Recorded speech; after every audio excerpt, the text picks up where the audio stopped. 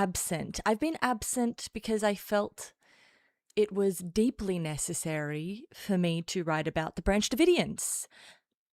It probably wasn't, but for me, we were just watching a Peter interview. Peter Thiel? Where were you watching this interview? Just on YouTube, or was there someone watching it? Guten Morgen. Guys, I have the funnest thing to do today. The funnest thing to do. I'm really excited about it. I love anything that feels naughty. I love naughty things. Branch Davidians, yeah, they're naughty. And they're kind of, okay, this is the thing. A lot of you don't know that a few things. Some of you aren't into American religion as much as you should be. And by that I mean things like Mormonism, right? And a lot of you think that Seventh-day Adventists are Mormons. No, they're not. They're their own special thing. And then the Davidians, they actually were around long before Koresh got involved. And a lot of you don't know that the Branch Davidians still exist. A lot of you have a lot to know. That's okay. That's why I'm here, to tell you things. Guys, I want to try something really fun today. Also, you know how we do sport coverage? I really want to keep doing that because I love doing my sport coverage. I think I'm really good at it. I think that my sports takes are some of the best takes in the world. But I also feel like I should put in some sort of reward for bits. So I feel like not today, I'll do sports coverage today at some point. But in future, if you want sports coverage, it will be prepared, but it will have to be activated by a certain number of bits. Am I silly or am I serious? I'm both. Unfortunately, it's been the bane of my existence. Oh, I've got the wrong light on, but I'm going to listen to it. Okay, do you want to... No, we need to start serious. We can't start silly. I have a dream today. I do have Australian Open coverage for you, but more importantly than my Australian Open coverage, which is important, is I would like to play the highlights from the recent Super Bowl type match. We're not at the Super Bowl yet, but the game leading up to the Super Bowl with the Seahawks and maybe the Rams, I don't know who they played. I would like to play the highlights, but I would like to commentate it for you. I know nothing about NFL. I think it would be really fun. I'll just put it up big on the screen and I'll explain to you what's going on. But first, Pixelus Mixelus has been so generous as to let me take something from her previous coverage to everything is copy. She has let me create a derivative, and I want us to try it and see if it works. And we're going to do some quick headlines to start the show. Then we'll relax into something a little bit more. I got paper to do this on the table, but you can't see. Yeah, I'm the Chinese version of Pixel. The cheap counterfeit. Okay, are you ready? This is how I would like it to go, but I don't know. We're doing a little bit of testing right now. Okay? You ready? We got to test a few things, so everyone get ready. For some reason, you can see that screen, and I don't like that. Okay. Hi, baby. My dog's right here wagging his tail. Also, I couldn't sleep last night because I thought my dog broke her tail. Yeah, it doesn't feel like the news unless you see the newsreader go. So I'm going to have to adjust my camera at some point so that you can see the desk. Otherwise, you just won't believe that I'm of the news. Okay. Let's see how Pixel did this. That's too loud.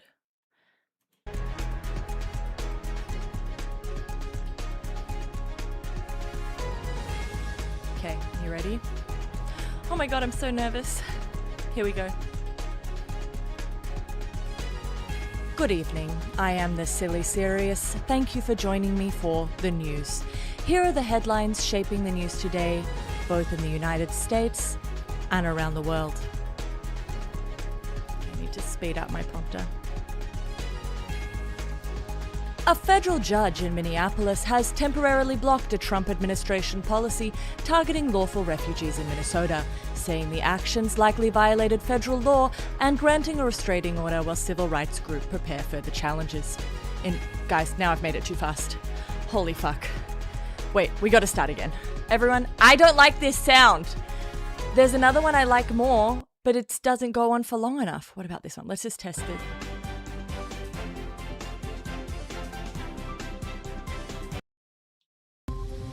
This is better. But it doesn't go on long enough.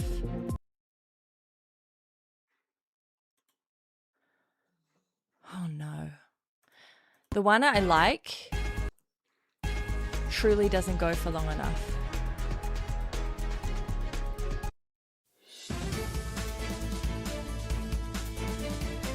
I'm gonna get my own made.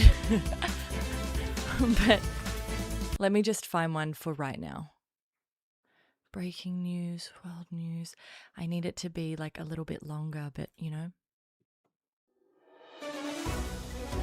This is good. Okay, are you guys ready? We're gonna try again. Put it on loop. She's brilliant. She's brilliant. Okay. I'm gonna get my own commission. I'm gonna be like, I need it to sound like this, send through the news. And I was like, but also kind of hyper pop. Okay.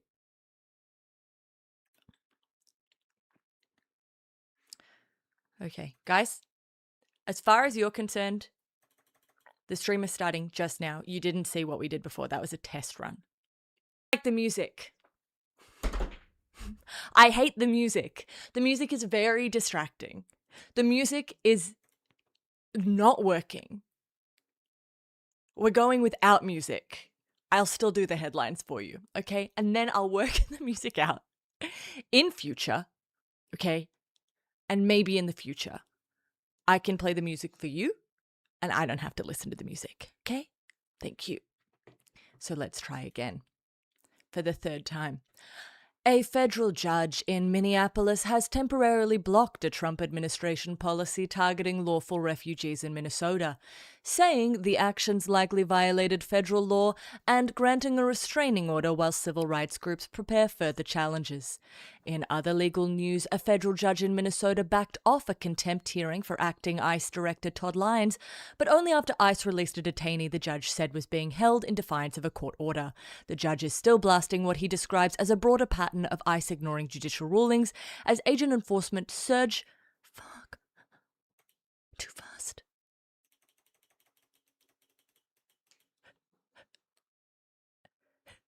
No, the music at the news sometimes goes on.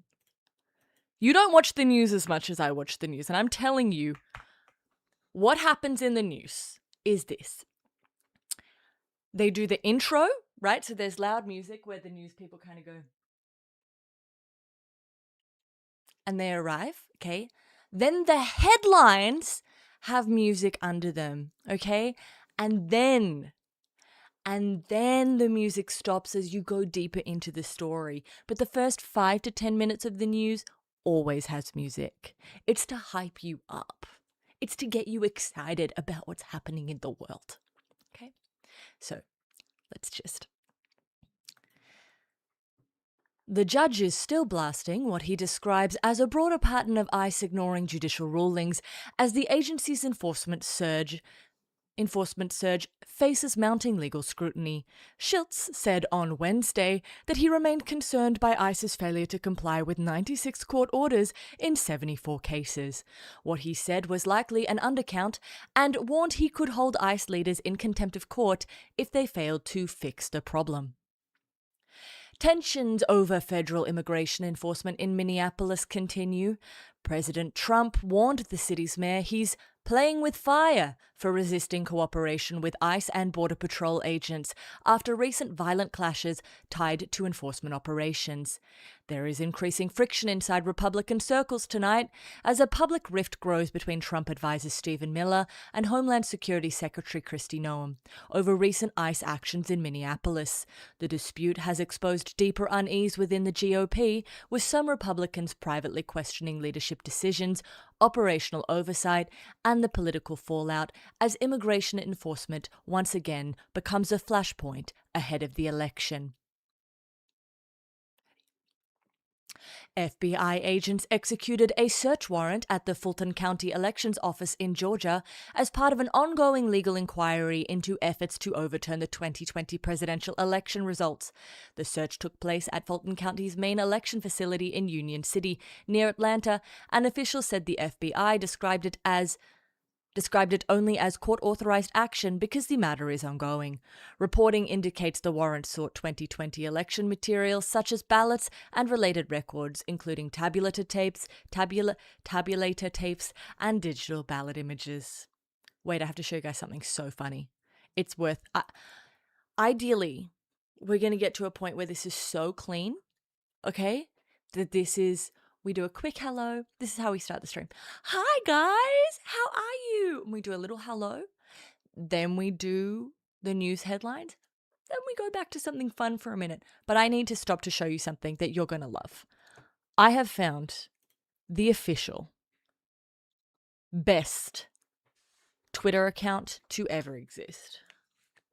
It's new, but it is incroyable. Okay? Come with me. This is Candace Owens trying to read. And she's just like me, for real, for real, for real. Okay, let's get some of these brilliant moments. What should we start with? Starving people. You, in this moment, have retired Green Beret and the former lieutenant colonel, I actually think he's still a lieutenant colonel of the Army, Tony Aguilar. He sat down with Tucker Carlson. And Green Beret isn't good. There's better ones. An open genocide. Here's some of my... Yesterday that we scooped the Daily Wire's cringe news show, designed quite literally with the intention to mock me and Tucker Carlson. It's always got to be Tucker Carlson, Cameron Owens together. Cameron Owens. Partners. Even, it was yesterday, just yesterday that we scooped the Daily Wire's cringe news show. Fuck, I hate designed Twitter. Quite literally. Twitter sucks ass. Chat GBT. There's a better one. Feeling. Listen to this. Laughed out loud. Everybody uses the term blitzkrieg. And the NFL football team say blitzkrieg. Yes, it relates back to Germany. It's a bombardment strategy, so that's why we use it when you're going to bombard. And so I called it Blitzkrieg Week because we're just... That German word, you can't even say blitz means lightning, Krieg means war. Last I checked, people are still allowed to speak German, and last I checked, everybody uses the terminology blitz, blitzkrieg. Blitzkrieg, guys. Certainly does when they're describing things that's happening at the White House. Bruh. Wait, there's more. It just gets better. 1,000 ways that you can honor Charlie. Stop telling us that it has to always be, obviously.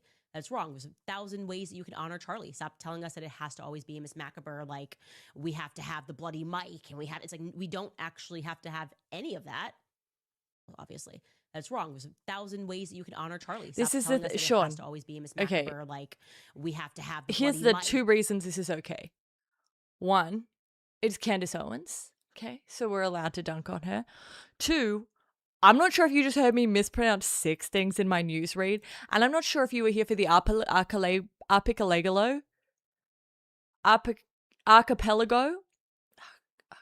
I don't even, you guys literally, I don't remember anymore how to say it. So I'm not crapping on anyone for mispronouncing words. I just think it's one of the funniest things ever. It's very funny for someone to mispronounce something and to laugh at them. No, this is my favorite. It's my personal favorite. But really, it was about the architecture. I want you to understand. sitting there across from Alex Clark, like, Catholic, no, he just liked the architecture. And I no longer accept him and Erica. And he liked the smells and the bells. He loved the architecture, but there was no more substance for him. It'd be like, yeah, no, like he loved the architecture of things, but beyond that, nothing was happening. I think this may have been about more than the architecture. The architecture of things, architecture and the architecture. But really, it was about the architecture. I want you to understand. Sitting there across from Alex Clark, like, That's my favorite one. Thank you so much, NJ. Oh, really? Well, Sean, why can't... I don't give a fuck if a groiper runs the account. Because if the GOP want to tear themselves apart, that's not on me. If I just sit on the sidelines and watch it, I don't care. Okay. Poor Candace. Oh, wait, here's another one. I'm not done. We're watching them all. Turning Point USA to answer. Okay? If you can't compartmentalize, then I don't see how you're going to be able to, we don't like them. We don't agree with the industries they went into. All of that can be true, but you have to be able to compartmentalize that when you are looking at a case. Since long before this ever broke out between her and Justin Baldoni, that we have to compartmentalize. Blake Lively is not a good person. Or Donald Trump from the #MeToo movement. It is very important to compartmentalize how you feel about somebody personally from how you are. Can't compartmentalize. To compartmentalize that. To compartmentalize. We want the CEO and the chairman of Turning Point USA to answer. Okay? If you can't compartmentalize, then I don't see how you're going to be able to. The thing is, guys, if you can't compartmentalize, we don't agree with the industries they went into. All of that can be true, but everything she's saying here, they're like, ha ha ha, Candace Owens is so dumb. She fucked up this word. I'm like, new way I'm going to have to start saying that word, unfortunately. Unfortunately, this is how I now say this word. I'm sorry if you can't compartmentalize. If you didn't like the architecture, that's on you for not being able to compartmentalize. Okay? The thing is, what we're experiencing right now, is a blitzkrieg of new words. You guys don't understand. You guys are finding it confronting because you're not ready for this blitzkrieg of new words. You want one word at a time because you can't compartmentalize. But each words like architecture need to be compartmentalized so that it doesn't feel like a blitzkrieg. So is Barrett. There's lots of word.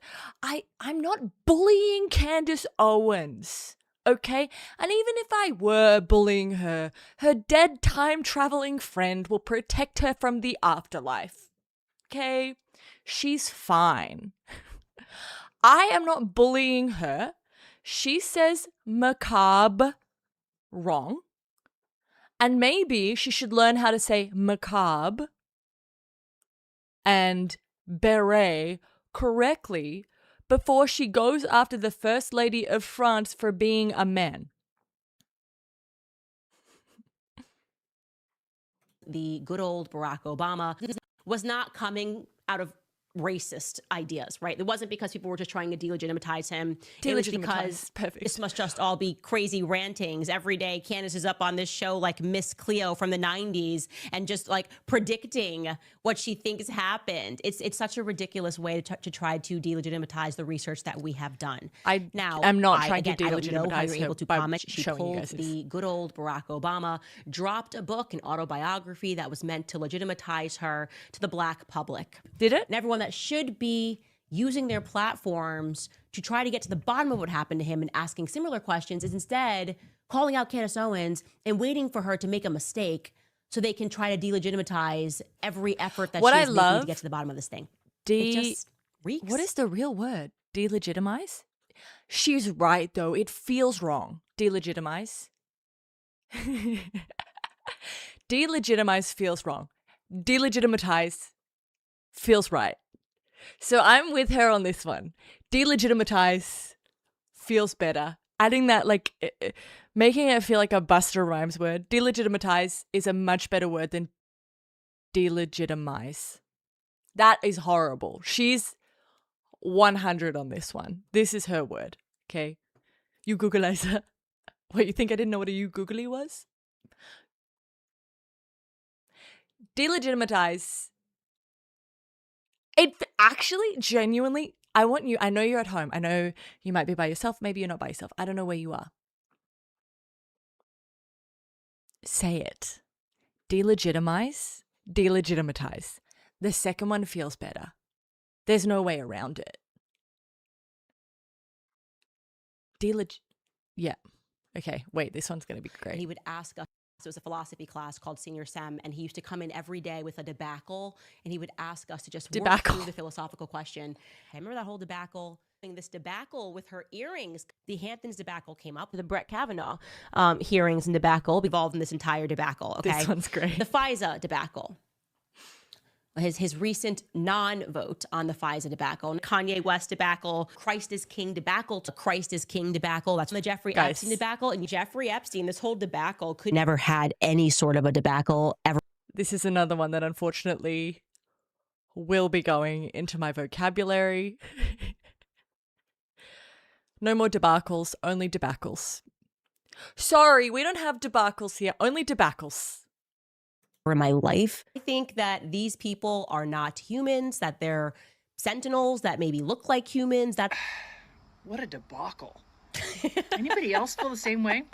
So it was a philosophy class called Senior Sem, and he used to come in every day with a debacle, and he would ask us to just work through the philosophy. That's all we have, guys, but keep an eye on it. Even if it's run by a groper, I unfortunately will be keeping an eye on this account.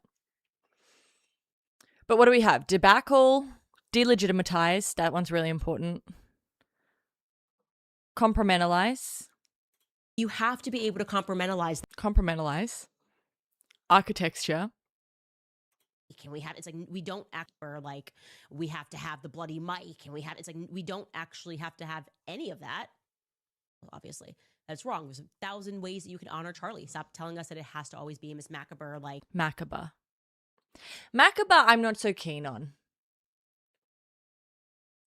Wait, guys, I need to tell you, my friend, you don't know my friend, so I'm not embarrassing anyone because you don't know about this. My friend in high school, she ordered a sandwich, and I was like, oh, like, what is on the sandwich? And she was like, oh, like hummus and tabbouleh, falafel.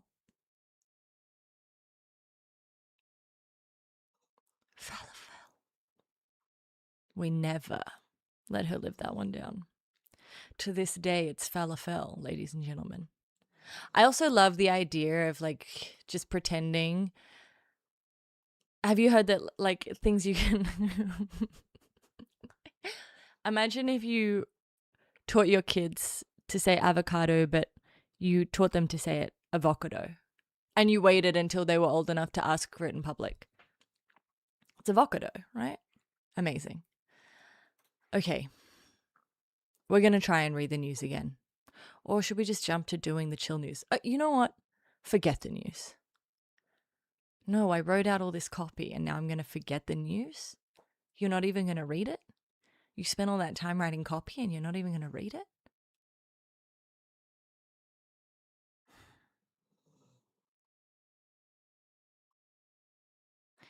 But now I'm going to...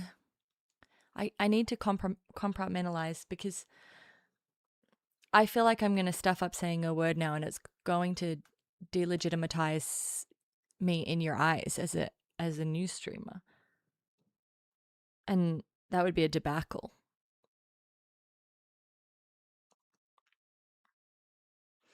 Okay, you know what? If it delegitimizes me to you, that's a you problem. Because I'm out here able to compartmentalize, okay? What would Wittgenstein do? He'd kill my copy. He'd say it was meaningless. Macabre. Okay. I need to keep going because we've got the weather. Okay.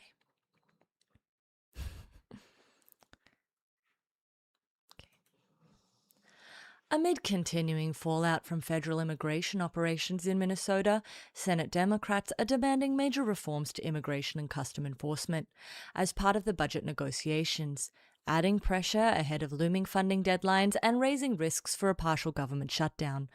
Senate Democrats warning that they won't supply the votes to keep the government fully funded unless Republicans in the White House agree to new limits on ICE and Homeland Security enforcement. Democratic leader Chuck Schumer,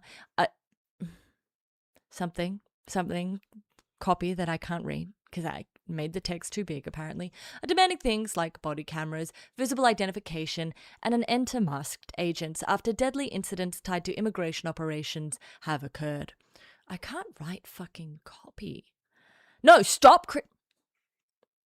Listen, I'm saying this to me, and I'm pointing at me when I watch this back. If I watch this back, which who would do that? But maybe I might. And I'm pointing at you too, because this message is also for you. Okay? I want everyone to take this in. Stop shitting on yourself, homie. Don't be a hater. Be a coach. Support yourself.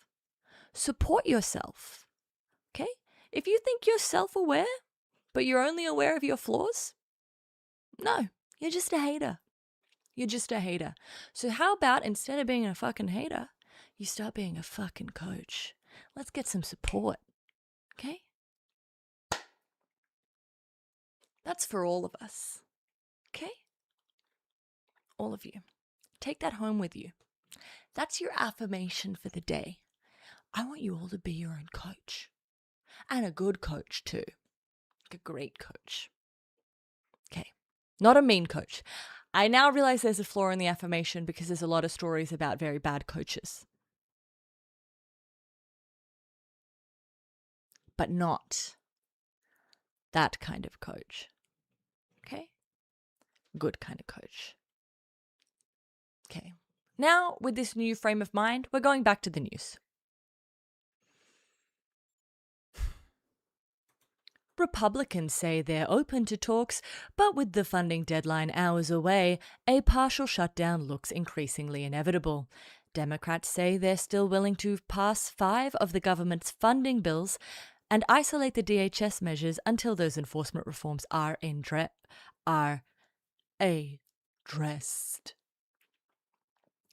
Washington is weighing potential military action targeting Iranian security forces and institutions as part of an effort to reinvigorate domestic protest movements against the Iranian government. According to official White House sources, no decision has been finalized. World diplomats continue to watch US-Iranian tensions as Tehran delegates emergency powers domestically to cope with internal strain and the prospect of external action, underscoring the rise of risk unfolding in the Middle East. In a related development, the United States is returning a seized oil tanker to Venezuela, a notable shift after a series of maritime seizures amid broader pressure on Venezuelan oil exports under Trump's latest foreign policy. Secretary of State Marco Rubio told lawmakers the administration does not plan further military intervention in Venezuela, framing the U.S. posture as focused on stabilization and transition. Okay. That's your briefing on the top political headlines in the United States and around the world. Stay with me for a full report. You like that? Okay. Wait. That is when we would traditionally go into our full report. But first, we have to do the weather. Sorry, it's a little loud. We start with where I am, because it's my stream, okay?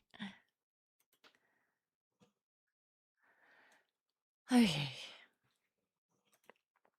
Today in Canberra, we are looking at a hot and mostly sunny day with highs reaching around 40 degrees Celsius. A very low chance of rain, although afternoon clouds are possible. Tonight it will be mild and clear to partly cloudy with temperatures dropping closer to the high teens. Okay. In my second home, New York City, right now, or earlier today when I wrote this weather report, there were clear to partly cloudy skies with a very cold temperature ranging from around 10 degrees Fahrenheit to 16 degrees Fahrenheit. That is minus 12 for those tuning in from places where a better system is used. Tomorrow morning, it will still be cold. Surprise, surprise. But sunshine will be breaking through with highs near minus 8 degrees Celsius in the late morning. Congratulations. And then I thought it would be fun for me to pick a random city to let you know about, just in case. We'll pick a different city every stream. Okay, so today in Tokyo, Japan, okay, it's mostly sunny to clear with cool temperatures and highs around 8 degrees Celsius. That's the mid 40s in Fahrenheit. Lows near freezing.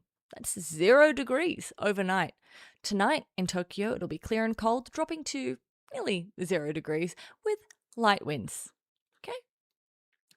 And then in a similar situation, we have our long-range astrological forecast, which is important as Neptune moves out of Pisces and into Aries. So let me explain this to you like the weather. For the past several years, we've been under a thick fog. Visibility has been low, emotions have saturated the air, boundaries dissolved, and many people have reported symptoms of chronic drift, escapism, and emotional exhaustion. Compassion levels were very high, but direction was hard to find, and reality often felt blurred with a mix of fact and feeling. Now, as we have this Neptune exiting Pisces, that fog will finally begin to lift, but it will not be gentle. We're seeing a sharp pressure change moving in. Neptune in Aries brings hot, dry air. Once things dissolve, now they spark, okay? So expect rapid flare-ups around belief systems, identity, leadership, purpose, ideals that once floated now demand action. Sometimes before we even have a full understanding of what the weather is doing. So what you should expect on the ground now that Neptune is in Aries, we're going to have rising temperatures in the public discourse. We are going to have an increase of lightning strikes around ideology and faith. A sudden wind pushing people to do something right now. And shorter tempers replacing emotional numbness. So we're really experiencing less fog and more fire. So unfortunately, I'd love to have a better report that this would be a calm front, but no, it's quite volatile and potentially destructive, a high fire risk, okay? So impulse storms likely and hero complexes possible. May I just say, it is never smart to stay and fight the fire, okay? But let me just explain that the weather pattern favors initiation over reflection. It rewards courage, but it punishes denial, okay? So in terms of prepping, stay hydrated with reality, ground your actions before striking that match. Are you glad we did an astrology weather report? Okay. Okay, so I don't know why I have these on. Now my hair's flat. Okay, ice. What did you think we were going to talk about? Stay hydrated with reality. I'm staying hydrated with coffee. And it's making my teeth brown. Thanks, coffee. So, ice. There's a couple of things we need to talk about. First of all, I obviously wrote a substack on how you can compare actions in Minneapolis to actions in Waco, Texas. Not because I think that the people who have been murdered in Minneapolis have anything to do with the Branch Davidians, but because when it comes to people on the right wing, we should constantly be looking for ways to demonstrate to them the seriousness of the moment, make them care about the seriousness of the moment. And what do you mean read Trumps, read Ice Gnomes? What do you mean? I've got stuff here to do. So we've got stuff to do, but I don't know what you want me to read. So I think it's really important. There's a few things. One, something I think you guys should all just be keeping a really close eye on is any time that people are being called domestic terrorists. Also, that is actually something we should look at right now, which is Trump EO.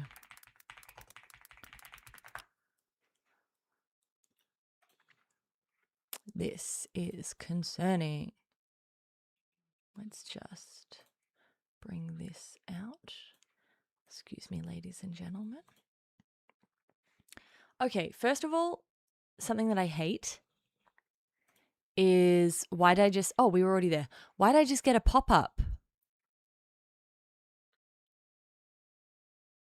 Oh, you want me to read the natal charts of Trump? Oh, you know what I was thinking about last night, actually? How similar Trump and Kanye talk. And I think it's because they're both Geminis, but yeah. Anyway, we'll get to that later. I don't like that the White House is giving me a pop-up. It feels really inappropriate. But this is an executive order, came out September of last year. But let me just show you this. So people were upset about ICE, blah, blah, blah. Where does it say it though?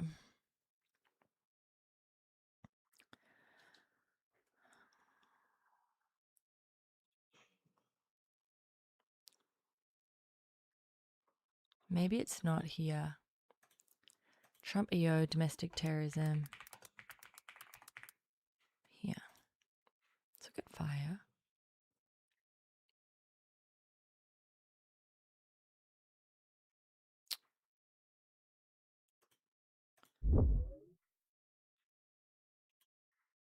Okay, thanks, Ken Klippenstein. Maybe I'll just look here then. I really like Ken Clipper. So let's just read the article. I'll read it for you with my voice. With the mainstream media distracted by the made-for-TV drama of James Comey's indictment, Trump has signed a little notice to National Security Directive. Here we go. Thanks, Ken. Is this what we were just looking at? Okay, we'll just read Ken then.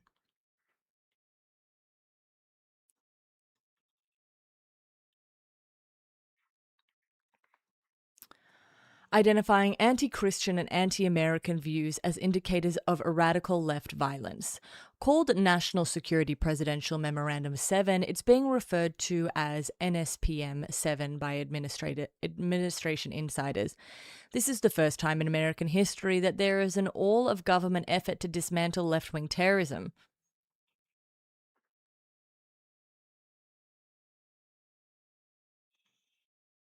Okay. Let me just skip through to see if he talks about what I want to talk about. Yeah, here we go. Okay, so these are the indicators that you're a domestic terrorism, that you're a domestic terrorist, according to Donald Trump, right? The Trump administration isn't only targeting organizations or groups, but individuals and entities whom NSPM 7 say can be identified by any of the following indicia? Indicia? Indica is weed, isn't it? Indicia, indicators of violence.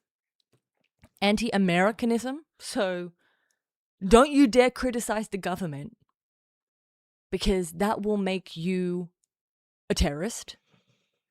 Anti-capitalism, and don't criticize money. Also, the stuff of terrorism. Anti-Christianity. How dare you? How dare you practice another religion? Support for the overthrow of the United States government. I would never, nor would anyone present on January 6th, support the overthrow of the American government. Extremism on migration. I'm fairly sure Donald Trump means One Direction. Okay? Extremism on race. Another thing, I don't feel like they're targeting the white supremacists. Extremism on gender. So ladies, remember where you belong. Hostility towards those who hold traditional American views on family. This one I particularly like. This is what I call the don't be gay, otherwise you're a terrorist rule. Don't be gay, you filthy gay terrorist. Hostility towards those who hold traditional American views on religion. Traditional American views on religion being, of course, Mormonism. And hostility towards those who hold traditional American views on morality. So once again, please, don't be gay. Don't. I'm just asking you guys. Stop trying to go to work if you're a woman. Stop being gay, everyone. Be Christian and love money. Why is it so hard? And love war. How many indices to qualify? I think you really only need one. So I think you're overachieving.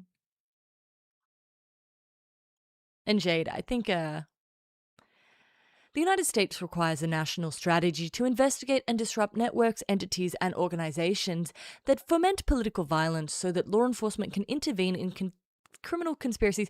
Ooh, italics for a reason. Before they result in violent political acts. Before. This is why okay, for real. Hear me out for a second. For real. This is why we don't like terrorism, but particularly domestic terrorism, because it is loose and amorphous, and terrorism kind of automatically allows for extreme political reach. It's kind of automatically giving you what do the Nazis talk about? Not the Nazis, I'm talking about Carl Schmitt. Like state of exceptions, right? So you kind of automatically suspend the way things are and the current rules because it's terrorism, right? Like, oh, normally I wouldn't do this, but right now I have no choice because it's terrorism. Or like what's that fucking loser's name that everyone likes who's a boy? Sam Harris. You know how Sam Harris wrote that paper was like, well, yeah, I mean, normally torture would be bad. Unless it was a terrorist, in which case, of course you can torture them even if you don't know if they know anything, because it's terrorism. No. Sam Harris, shut the fuck up. Nobody asked you. Why did you randomly just publish this paper? What? Nobody asked you. Why did you randomly make this paper? Literally, Sam Harris, nobody asked. And he's like, yeah, I would torture people. Proudly. I'd do it. Don't tempt me with a good time. No, but you have to be really careful because the second something is terrorism, the requirement for evidence goes down, the requirement for due process is taken away. Suddenly, you just existing and expressing something, it's like, oh, well, you could have done terrorism. And we had no choice but to act now because of what you maybe could have done. He wrote a paper on it, Ali. He wrote a whole paper on like the moral. Hang on.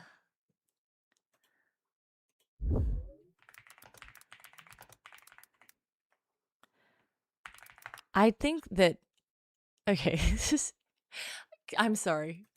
Imagine, apropos of nothing. Okay.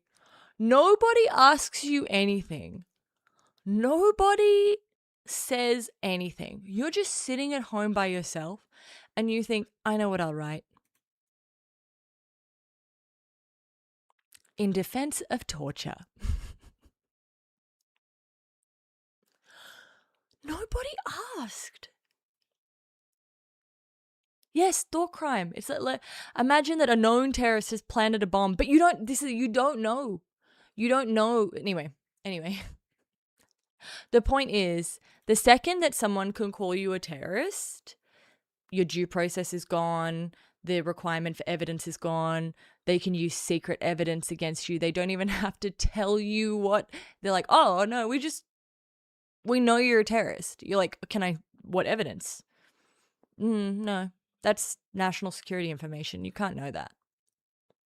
Okay, but what about my trial? Can't afford to have a trial because what if that delays things and you do terrorism? Can't do that. And then it's like, oh, well, we thought maybe that person would do terrorism. So we bugged their phone, we bugged their Ring camera, we hacked into all of their accounts where we also had the ability to change information. Yeah, I know, but I just he may have denounced Rogan and the right wing people, but it's like in 2006, he could have been on Rogan convincing Rogan we should be torturing people because Joe Rogan can be convinced of everything. Guys, can I just I'm not shilling. I just want to make something clear about my ticket to Davos. Please, no one donate $35,000 at once because I think that might get me on the terrorist watch list. I'm worried that will alert suspicions. So please, I'm only accepting $5 to $10 donations at a time. I'd like to keep it tight. Max 100. I think that will stop suspicion. But please, no one donate $35,000 at once. It's going to be too obvious. Okay, they're going to know what we're up to. Anyway, back to my point, which is I'm concerned about this NSPM 7, which, I mean, look, you can give 35 cents. It just can't be big and obvious, you know? Oh my God. Can I just say, who the fuck invented coffee? Oh, so good. Yeah, the ticket costs 35. I'm graciously covering my own flights and accommodation, but I am going to need help with the ticket. So it's so I can do my own Nick Shirley style investigation of Davos because I think something might be happening. And I'm hoping Katy Perry will be there next year as well. So yeah, this is a real problem. A pre-crime endeavor. Obviously, Palantir is really in on this. We're gonna talk about Palantir today. Are you excited? Yeah, this is instead of the DSM 7 or the DSM 5. I don't know what DSM we're up to. Instead of categorizing mental illness, this categorizes terrorism. And there's actually quite a lot of overlap between the two documents. Speaking of the DSM 5, hopefully we'll get to talk about Kanye today as well. That's not rude. That's not a joke. That's just who it is. You know, how it is.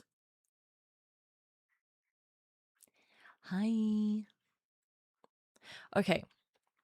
So this is, okay, there's a few, wait. I don't have a video of it right now. But there is a video of Alex Karp talking about Elite. Okay, we'll get to it in a second. Please, everyone, focus.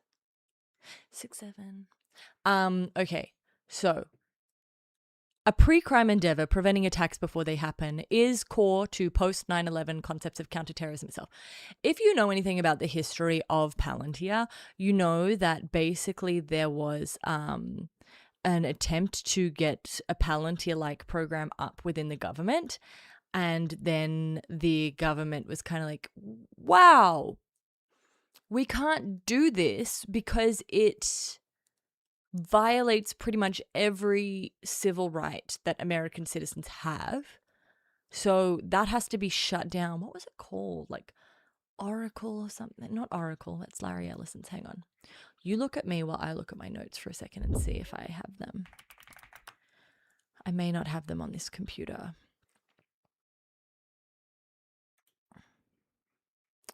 Pen in here.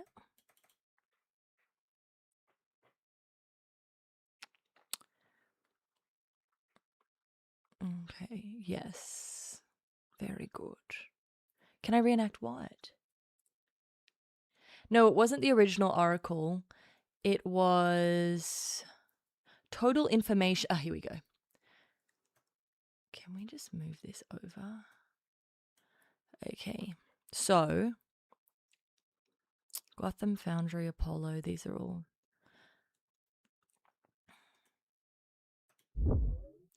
So, John, okay. Not COINTELPRO either. But you know how I feel about that. It's weird how everything. Oh, what did I see was getting linked back to fucking Epstein today?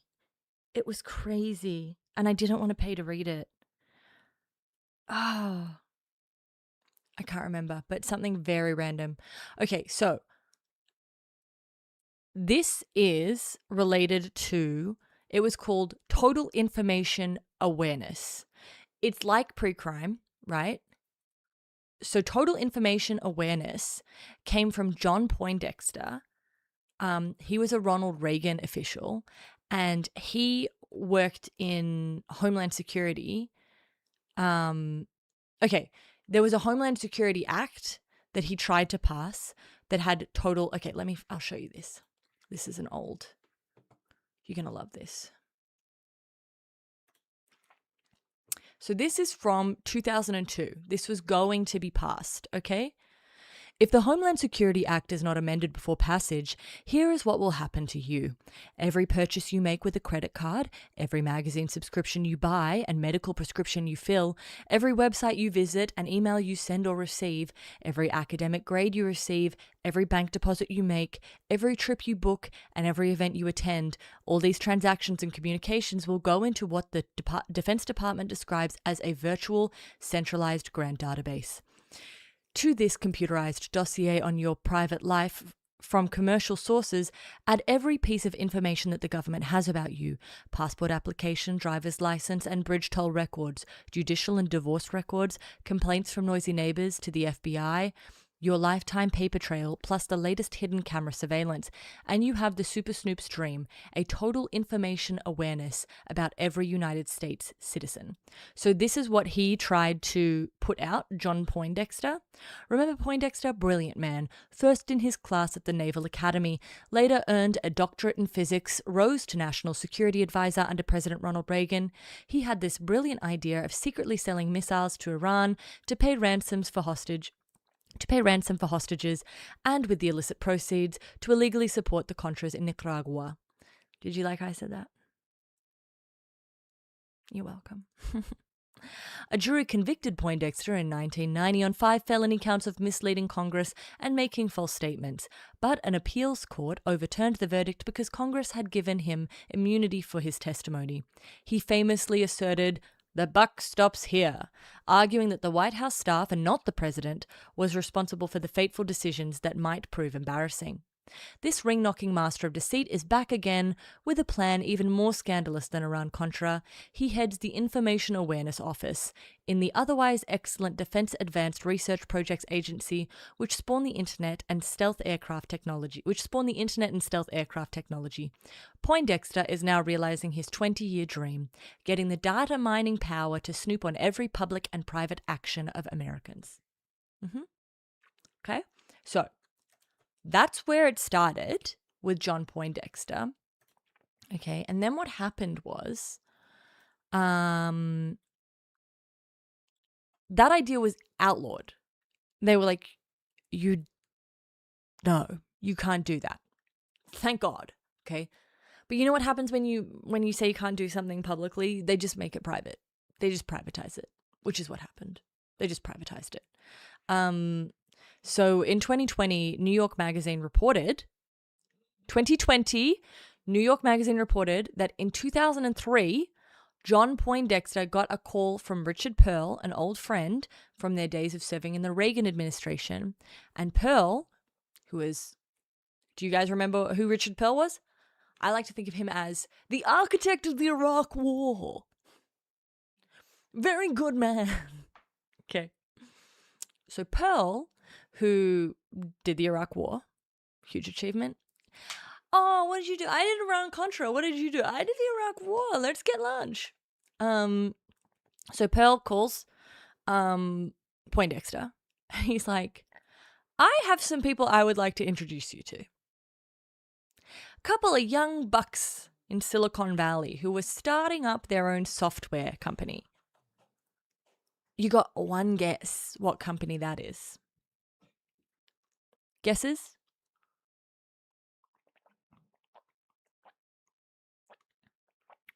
God, that's nice. I really can't get over how good that tastes. Guesses, guys? Guess who it is? Yes, Palantir. The firm was Palantir Technology. Hoping to pull together, they had this idea. They were like, what we want to do is pull together the data collected from a wide range of spy agencies. Basically pull the data together from everywhere. Hey, jeepers. And then we can stop, because, okay, I'm sure lots of you have listened to the Behind the Bastards on Peter Thiel and Palantir, so you know this. But Palantir originally came out of, so you remember, God, there's so much for us to remember these days. So you remember that before Palantir, Peter Thiel worked with Elon Musk on PayPal. And low-key, the technology was kind of shit. Okay, it wasn't the PayPal we had today. And this random guy kept stealing all their money. So one of the guys created this system to track down who was stealing their money. And then that thing that did the tracking to catch the guy who was stealing their money, that became Palantir. Tracking people through, I don't know how this works. I'm not one of these people. I'm not a software engineer, so I don't know how all this works, okay? But basically, they went from tracking someone who was playing with them and stealing all their money on Palantir, on PayPal, to saying we could use that to track people who do other things. We could just track people who do everything. I have read Anthony Levinstein, The Gaza Laboratory. Fuck all these losers appropriating cool nerd shit. I know.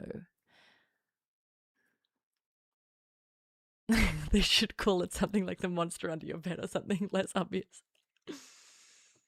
Okay, so Palantir is like, hey, we want to collect everything that the government has and everything we have. Hey, Sam. Hey, Blue Room. Everything everyone has. We want to collect it. And John Poindexter was obviously like, oh my God. I wanted to do the exact same thing. That is crazy. I too wanted to eradicate the Fourth Amendment.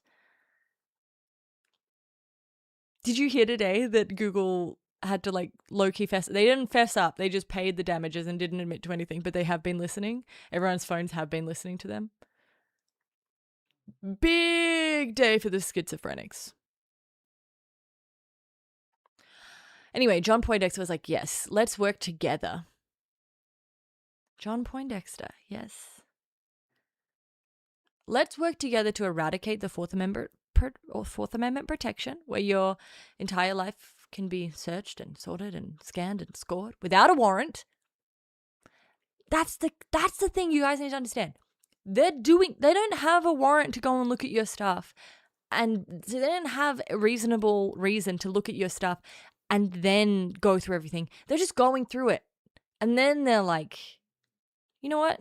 Seems kind of gay. Terrorist. Seems kind of gay. Terrorist. And then you got SpaceX and what they're doing. I don't want to talk about it, but it's all connected. I've got a big scary sheet here where it's my red string sheet. I got a lot of red string that I need to use because there's a lot of EOs that came out about national cybersecurity that were not good. And there were some weird people who were put in weird places. Like Clark Minor. You may not have heard of him, but he was put in as the CIO of Health and Human Services. You know where he used to work? Palantir. Sometimes I use Obsidian, sometimes I use Notion. Okay, this is the world I dream of, guys. It's so far from where we are, but just imagine this. This is the world I dream of. I become a Linux girly. Everything I use, open source. Everything I use, made by me even. Vibe coded by me. Yeah. I'm off US tech completely. I'm a ghost in the machine. Yeah. And you're watching me. In fact, my streams are just me making shit for me to use. So the government can't watch me. Yeah. That's aspirational me. She's real cool. I don't even know what a Linux is. Do I have to buy a new computer to have a Linux? Or is it software? Do I have to buy a Linux? I'm starting from less than 0.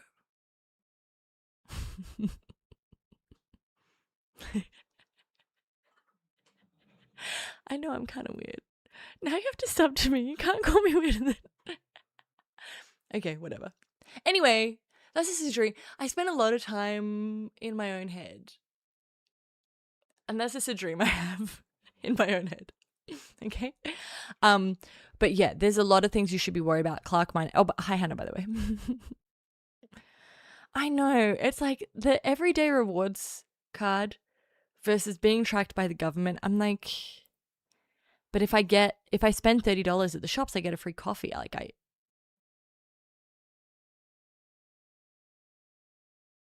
Why is my screen chat delayed? Sean, what makes you think I know how to do anything? Okay? The fact that there is a screen chat, that's an achievement. Okay? That's what we're working on. I know I just said that I was going to vibe code everything and be on Linux and make my own open source programming, etc., etc. That's an aspiration. Where we're at right now, nowhere near that. Okay? Nowhere near that. I don't know how to make it faster. Doesn't everyone screen chat lag? Who's reading the chat on screen? Yeah, everyone back off. Anyway, point being, Clark Miner is a Palantir guy who's the CIO of Department of Health and Human Services. Not good. Jacob Hellberg, he is also someone who is an undersecretary of state who worked for Palantir. He kept stakes in a couple of things. He's got investments which are real good. I don't know what Chatterino is. What is Chatterino? You work in a sex toy warehouse and they're tracking us with the sex toys. Can I be real? Sorry, I need to say this, and this might get me cancelled by the progressives, but I'm willing to say it. Someone has to. It's weird you can buy sex toys on Uber Eats. I don't like it. Go to a sex shop like a grown-up. Why do you need to buy that shit on Uber Eats? Why are they selling sex toys at Sephora? Yes, you can. I don't like it. Anyway, I said it. The left is going to cancel me. I don't want sex toys on Uber Eats. I think it's weird. And I think it's weird to advertise that you have sex toys on Uber Eats on the television. Can you imagine if we did that with men's sex toys? Can you imagine if you're just watching TV and it's like, need a fleshlight?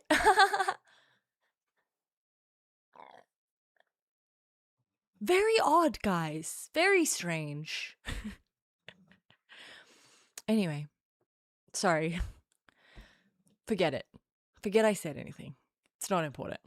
Yeah, so the Undersecretary of State, who's responsible for all economic and tech issues, kept his stocks in OpenAI, Anduril, SpaceX, the Boring Company, Neuralink, Palantir. He was the senior advisor to Alex Karp, and he's married to Keith Rabois, who's the director of Closer Ventures. And Rabois is also a longtime friend of Peter Thiel and a general partner at The Founders Fund. Don't we love it when we get all the people and we put them all up on the board and we do our little... It's like when you're in high school and you used to be like, no, let me explain. Let me explain all the relationships that are happening. Okay, she dated him, but then she kissed him while they were together and that happened and now they're allied and they're not. Like, that is how I feel when I look at this administration. I'm like, oh, so everyone worked at Palantir. Everyone worked in Palantir or for Elon Musk before. Like, everyone.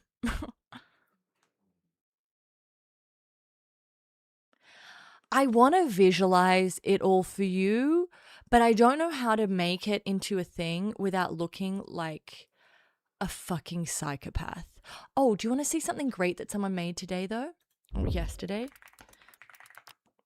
I haven't actually looked at it yet because I wanted to look at it. I wanted us to all look at it together. I wonder if he vibe coded this. He may have. Do you guys know who John Gantz is?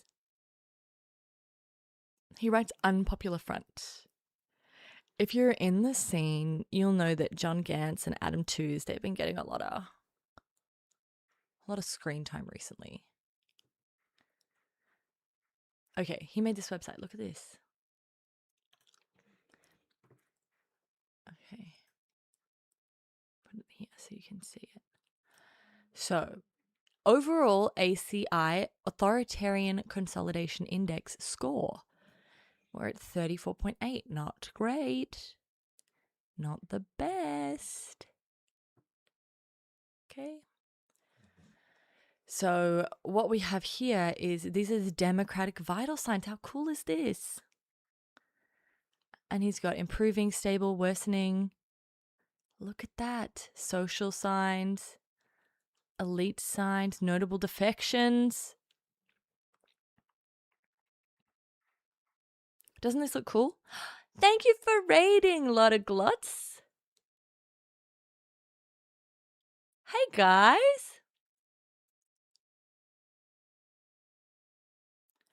I really like Tooze. I just feel like Tooze maybe knows too much.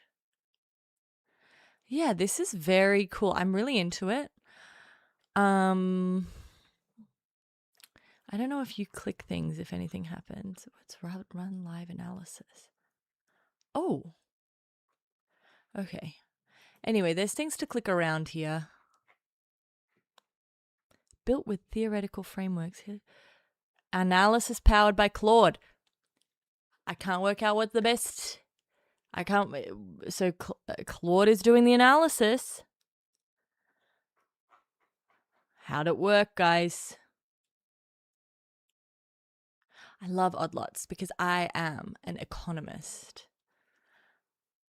I am. Okay. Anyway. Come back to me for a second while I work out what we're doing. Okay, that's girl news. I've got some girl news here. Girl news. It's also something interesting with the domestic terrorism, just quickly. You'll notice that when they're calling people terrorists, they're not calling these people terrorists. They're saying they're doing acts of terrorism. And I believe that the whatever you call it, what do you call it? There's a different requirement to call someone a terrorist versus what Donald Trump decided acts of terrorism were.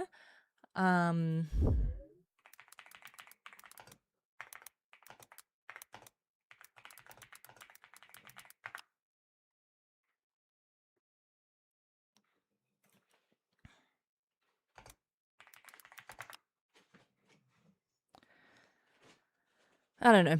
It's here somewhere, but you'll notice that they're not referring to people as terrorist. Maybe it's part of a terrorist movement. Yeah, there's all this bullshit.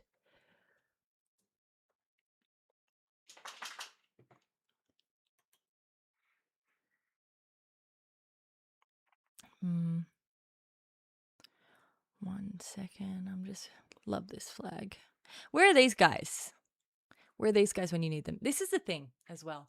It's like everyone who, like, I'm going to say something rude because I like to say something rude.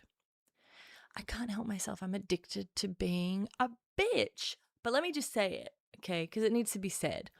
Anyone who thought that those people who, guys, I'm about to offend some of you. So some of you, if you love guns, close your ears. This is your 20-second warning. Close your ears if you love guns. Cool. Now that we're alone. Anyone who thought that those open carry little bitches who are clearly compensating for something would ever stand up to the government, you're delusional, right? That gun is there because you're a pussy. The reason you open carry is because you're a pussy and you need to prove that you're a pussy by carrying around a fucking gun. Okay? So I already know what you are in your spirit. Okay? Because someone who's small of spirit, someone who is a cowardly lion, someone who wants to be big dog but is I never thought those fuckers would stand up to the government when they came for their guns. No, you can only stand up to the Democrats and be like, you're not gonna take, because you, when daddy tries to take your gun, suddenly you're the little pussy ass bitch I always knew you were. I never thought that gun rights would be the thing. Like, come on. You're a pussy. That's why you carry the gun, because you're compensating for what a little bitch you are. I was never confused about whether or not you'd stand up to the government. Libertarians, on the other hand, I thought you might feel something about your rights. But this is the thing. You know what? I'm going to say something crazy again, because that's what you come here for the crazy, crazy truths. You know why there aren't any libertarians around? Because the real libertarians die in the fucking fire when they light themselves on fire so the government can't take their rights. The Branch Davidians were real fucking libertarians, okay? The reason there are no libertarians is because they all die.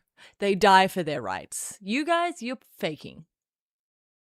Yeah, cosplatriots. Oh my god, best phrase ever.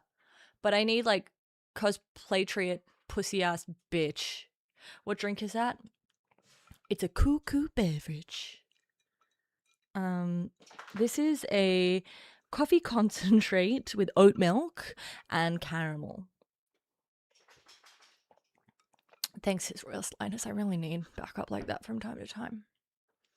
I just think, like, here's the thing. And I know some of you doubt me, and there's no reason that you should believe me, because there's nothing that I can do in this moment to make you believe me, except you can look in my eyes and you can see that I'm fucking insane. I want you to know that I could tackle a bitch to the ground without a fucking gun. And I don't want to open carry a weapon, because I don't want people to know what a threat I am. Okay? I am a threat. If I was carrying a gun, don't worry about it. I'm never going to do shit. I'm a scaredy cat. Okay, I want you to know.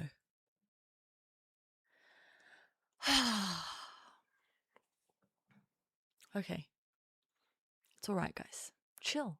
Why are you losing your minds like this?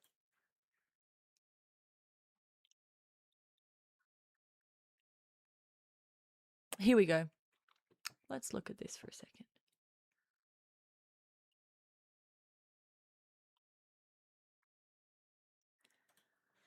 Okay.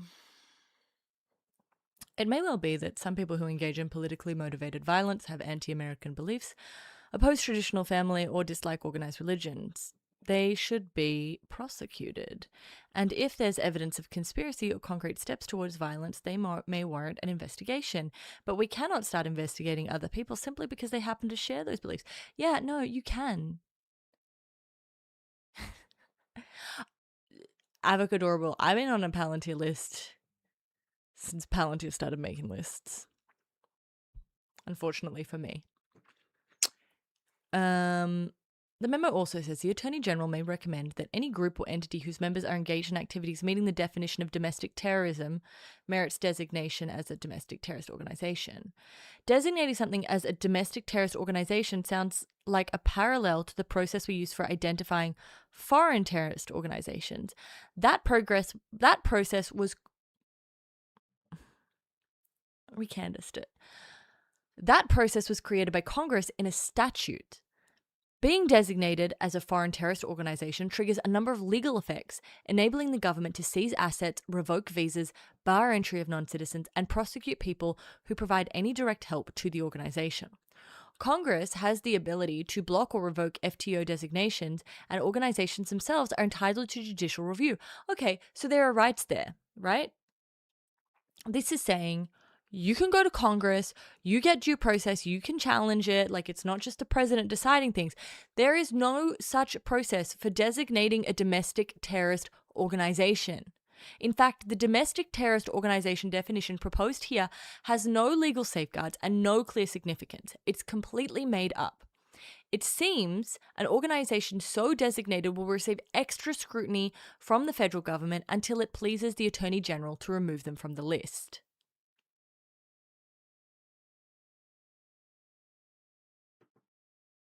Donors, speakers, employees, and members of those organizations will have all of their speech chilled for as long as the executive branch sees fit.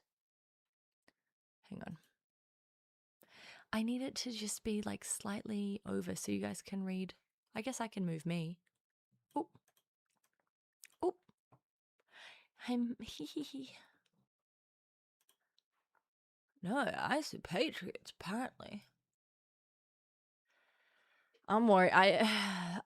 I'm sorry, I've been saying since the election that the midterms, since the election, I've been saying there were not going to be any more elections. Well, there are. There's going to be the theater of an election. The only thing that gives me hope is what I heard IRI saying this morning when he was like, every single thing this administration tries to do, they're not competent at doing. Like, they fuck up everything they do. So the only thing that gives me faith, because I have every belief that the intention is there, right? I have every belief that there is a plan in place. The only thing I don't trust 100% is the ability to execute the plan.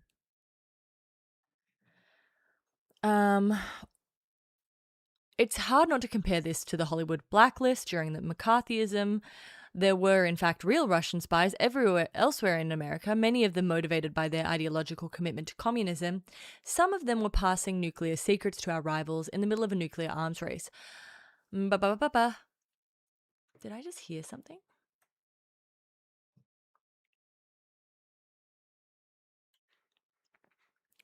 Okay. Doxing, organized doxing. So this is important. Like, the idea of doxing as a terrorist activity is interesting when you have these criminals wearing masks. How popular is ICE among voters? I saw a really interesting thing. Hang on. What's her name?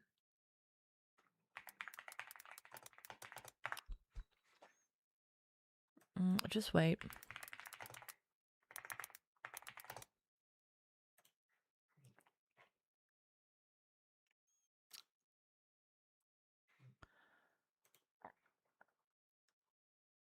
Strength in numbers.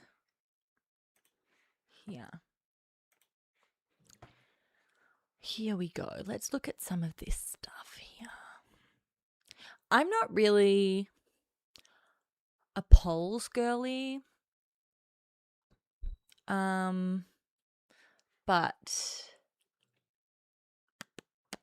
let's see what she's got going on.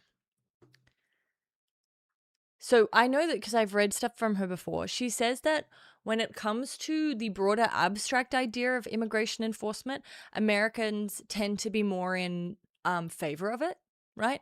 They like the idea of harsher immigration enforcement. until it starts happening to their neighbors. So once things actually become individual actions, Americans are very against it. So the actual action of immigration enforcement, people don't like. Okay. Let me see if that's here. These are Trump hits new approval low overall and on immigration. So immigration from April 2025, very high, his highest thing. Very low. But as I don't really, polls I'm not really sure about. It's just because you asked whether or not the people were with him. New York Times, Siena University poll last week found Trump at -18 on the issue.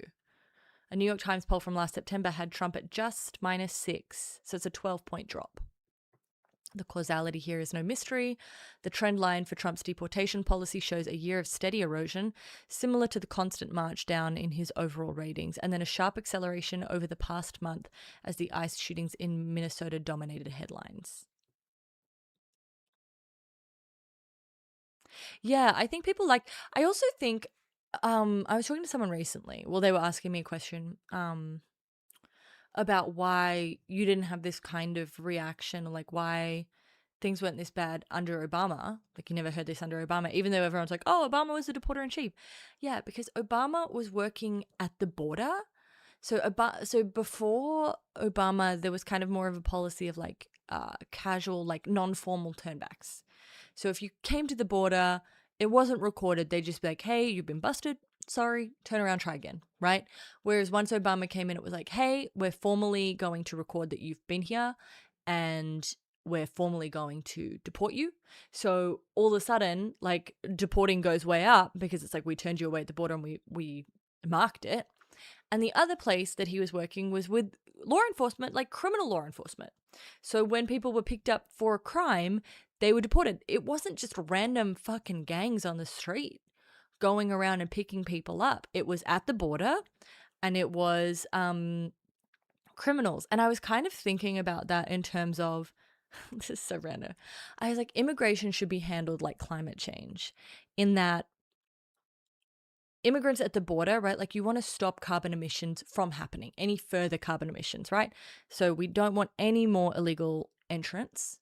We want to work, well, not illegal, but, undocumented. You want to lower the amount of undocumented people crossing the border, in the same way you want to lower the amount of carbon emissions generally, because that's the most effective thing that needs to happen. It's much easier to stop carbon emissions than to try and get rid of them once they exist, And then when it comes to what carbon emissions we should focus on reducing, we want to focus on getting rid of the worst ones first, the most egregious carbon emitting things, like we're moving to electric vehicles, that sort of thing.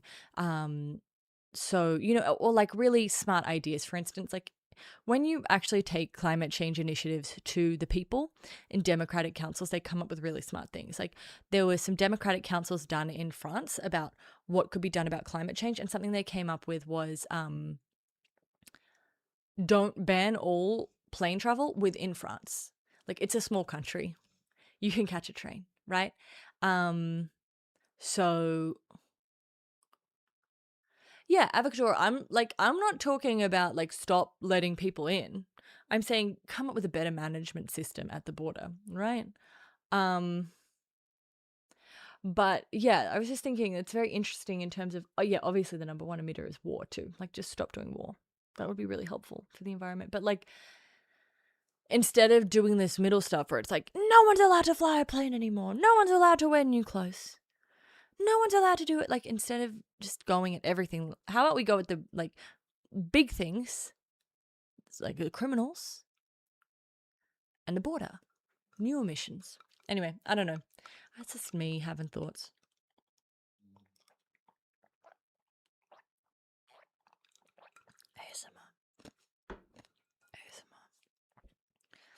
ASMR. Here we go. The way I've been thinking about this is that by pushing extreme enforcement measures that are now resulting in deaths of innocent American citizens, Trump has changed the images people attach to the word immigration in their heads. When immigration doesn't mean pictures of migrants under an overpass in South Texas, But an ICE officer killing a woman in her car and calling her a fucking bitch, or a regular guy being shot 10 times in the back after being tackled to the ground and disarmed, that is going to change how people view the issue. Very good point. As I wrote last April, I don't have it on the list, but I need to bring up how weird it is for the government to be using the Werner Herzog penguin who went insane and left his community. Very odd. To be like, you know what we identify with? That image of what's the painting called with the man on the rocks staring into the fog?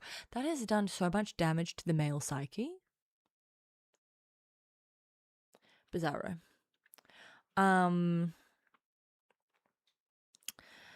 As I wrote last April, opinions change when voters get new information about an issue. The information that has been saturating US political news in the last month is violence against citizens. That is the direct result of the president's policies.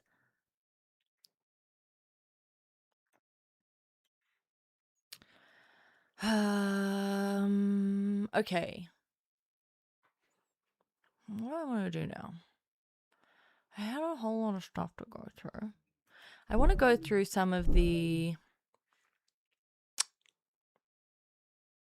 Yeah. Oh, you weren't reading that with me. You're on a full screen. My bad. Sorry. I was reading. Herzog would hate that, but it's also like the penguin lost its mind. It's gone crazy. It's mentally ill. It's sick. Yeah, Wanderer Above the Sea Fog. We got to go back in time and kill that artist. That image has single-handedly had such a negative impact on men. We got to get rid of it. The penguin is mentally ill. I fucking love that the government of the United States has looked at that penguin and been like, that's me for real, for real. Who can relate? I think about the penguin too. It's just I don't want my government being like, you know what that penguin reminds me of? Me. It's not cute when you know what's happening. It's not cute when you know that penguin has gone insane and is running away to die.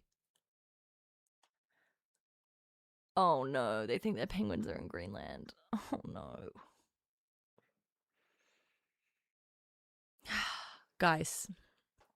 Okay. Let me do a little bit of sports reporting and then we might look into the Palantir software that ICE is using. And then maybe we'll do some girl news and then I might react to Donald Trump on Will Kane. Because I wanna. Okay, so firstly, the Australian Open. I'm a big tennis girl. Big fan. Love the Open. I'm upset Australian Alex de Minaur is out. I do blame the ref. Anyone who's watching the game, you'll see the ref gave him a time violation, totally threw him mentally. Totally threw him. Everything changed following that time violation, which I think she did it on purpose. But nonetheless, Jannik Sinner, I need to talk about this because it's the most important thing to me. You don't actually need volume. What I want to tell you about here, this is Jannik Sinner. Okay. He is pretty good. He's either ranked 1 or 2. I can't remember. It's going to be him and Alcaraz probably. Or I guess Djokovic could. I don't like Djokovic. And the problem is, okay, I don't like Djokovic because he's got too much hair. Don't trust him because of that.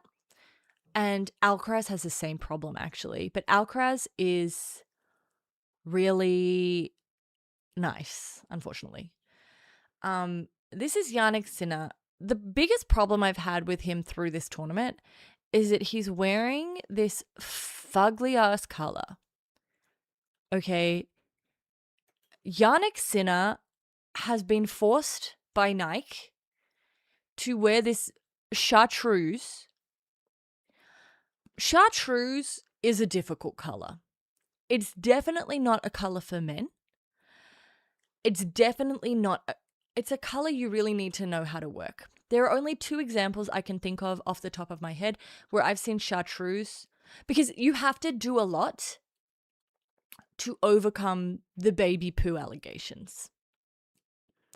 It's just the immediate thought that most people have when they see this, you know? I hope Alcaraz gets it. Because also the other thing is just, quite honestly, there is a shortage of good-looking tennis players at the moment, and Alcaraz is kind of like doing a lot of the heavy lifting there. But back to the chartreuse, okay? This is baby poo color. I can't support him or even want to support him because of this. Let me just show you the only 2 times it's ever been pulled off. Recently, in this bright chartreuse, we have Elle Fanning for her recent Who What Where feature. This I like. Okay, this works. This is no good. This works. This is no good. See? And of course, the GOAT herself. 1997, Dior Couture, Nicole Kidman. Absolutely gorgeous, absolutely perfect. Mogging the fuck out of Tom Cruise. Look at her. Hold my bag. Hold my bag, bitch. I'm wearing chartreuse. And just to see it on the model, here we go. Even the model's doing okay, but it's clearly doing the most here. Hold my bag, bitch. This, incredible. This, unacceptable. Anyway, that's my coverage of the Australian Open. Would you like me to do the NFL now, or would you like me to wait until after we go through Palantir and ICE technology? Oh, also, guys, I need to... Speaking of random things, okay, hang on. I know this isn't the most important thing to everyone. But, so I'm watching all this shit, you know, all the infighting that's happening right now between all of the Republicans, and Stephen Miller is trying to separate himself from himself. But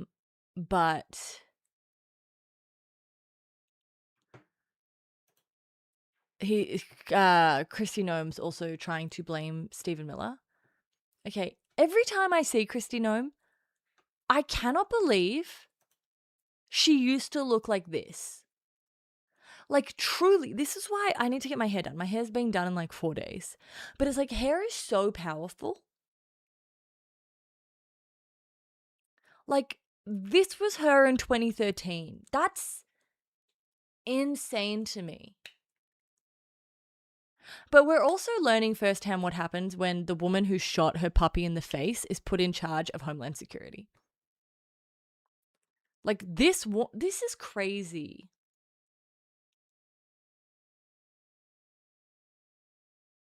Anyway, I just don't feel that enough people are outraged by this.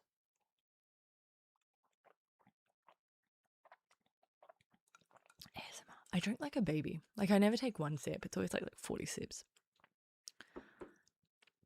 Oh, also Nicki Minaj. Holy shit. She was cute? You guys like this?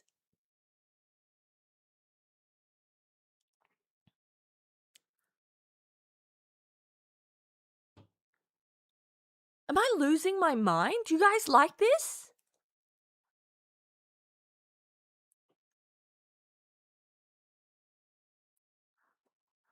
Oh my god.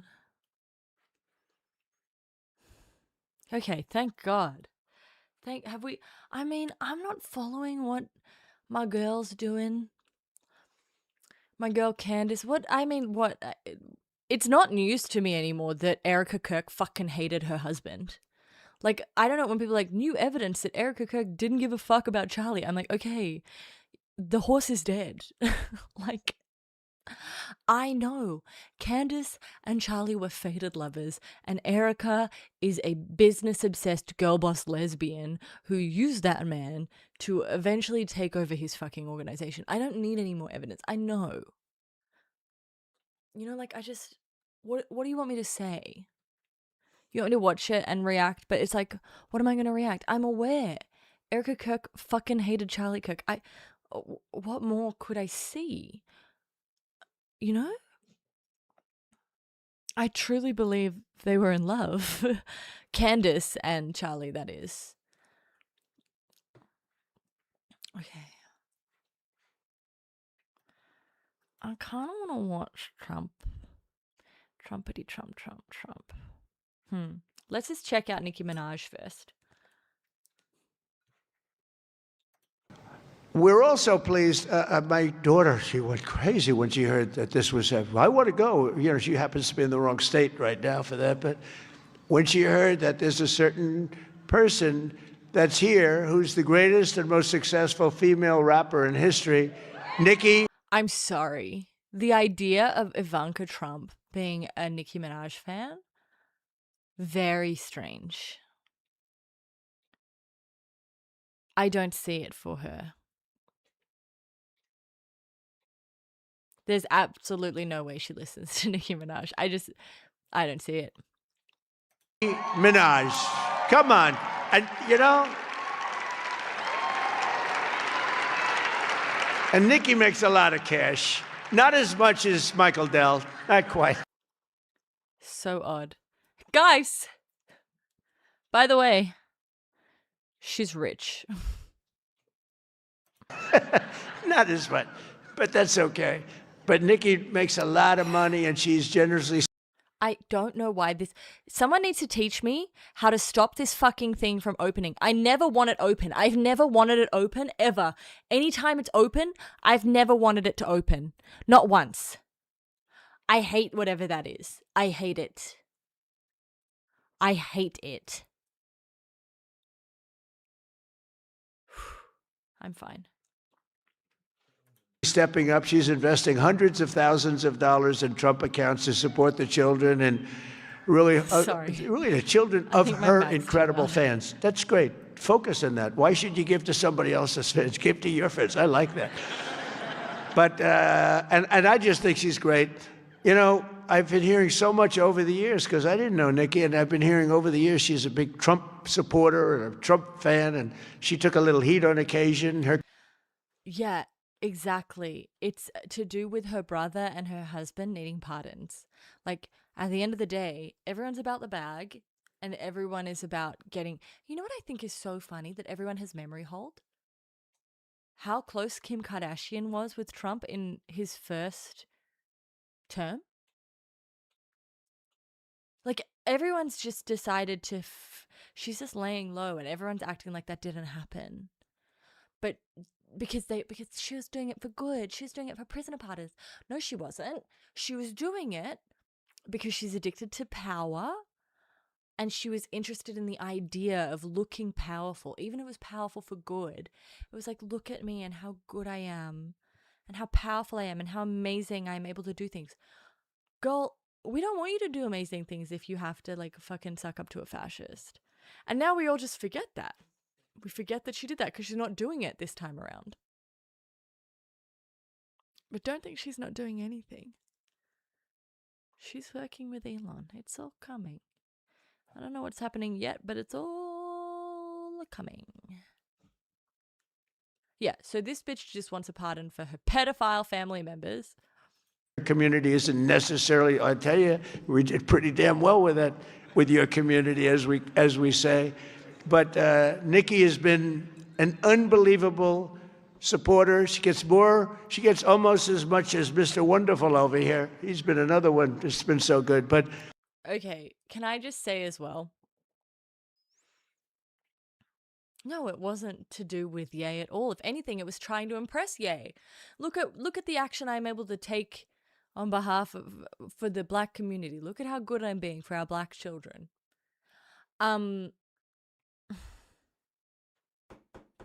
Use your brain, Joe. What were you going to say?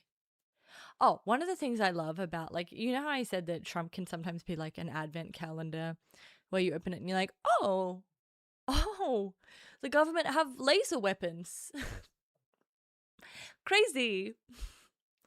Oh, it's like the same thing with like, it's like watching a show like Friends, or we'll just use Friends as the example. When they have a celebrity guest star and you're like, oh my God, it's Julia Roberts.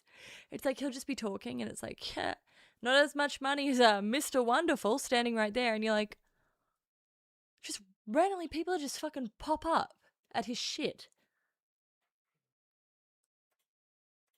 I'd like to ask you to come up, Nikki. Come on up. Come on. Nicki Minaj. She's been such a great supporter and a great supporter of Trump accounts.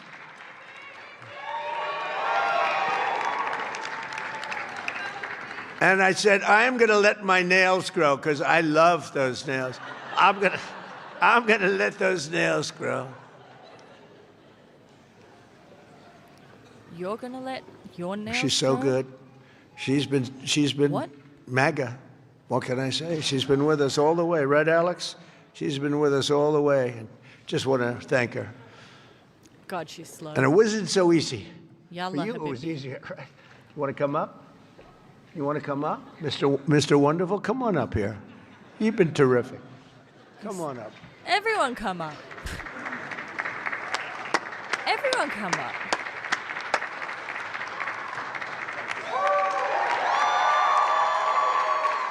I have something mean to say.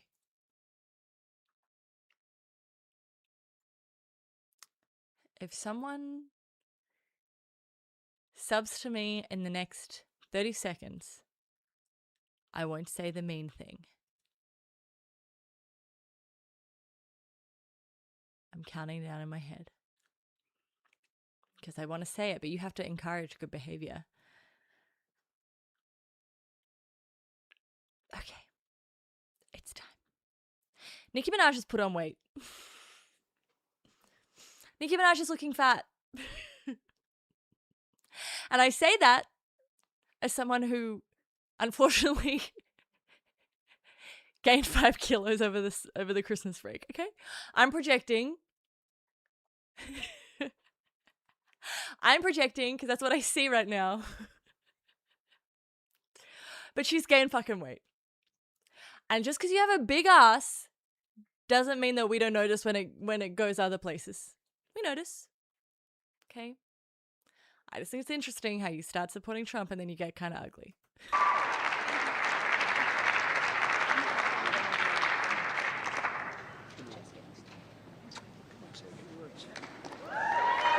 And if anyone has something now to say to me about what I just said, keep it to your fucking self. Because I gave you the opportunity to stop me from saying it. I told you I have something mean to say. It's not nice. If you don't want me to say it, sub now. And none of you did. So you don't get to now turn around and be like, oh, you can't call people fat. Yes, I can. Because you didn't sub.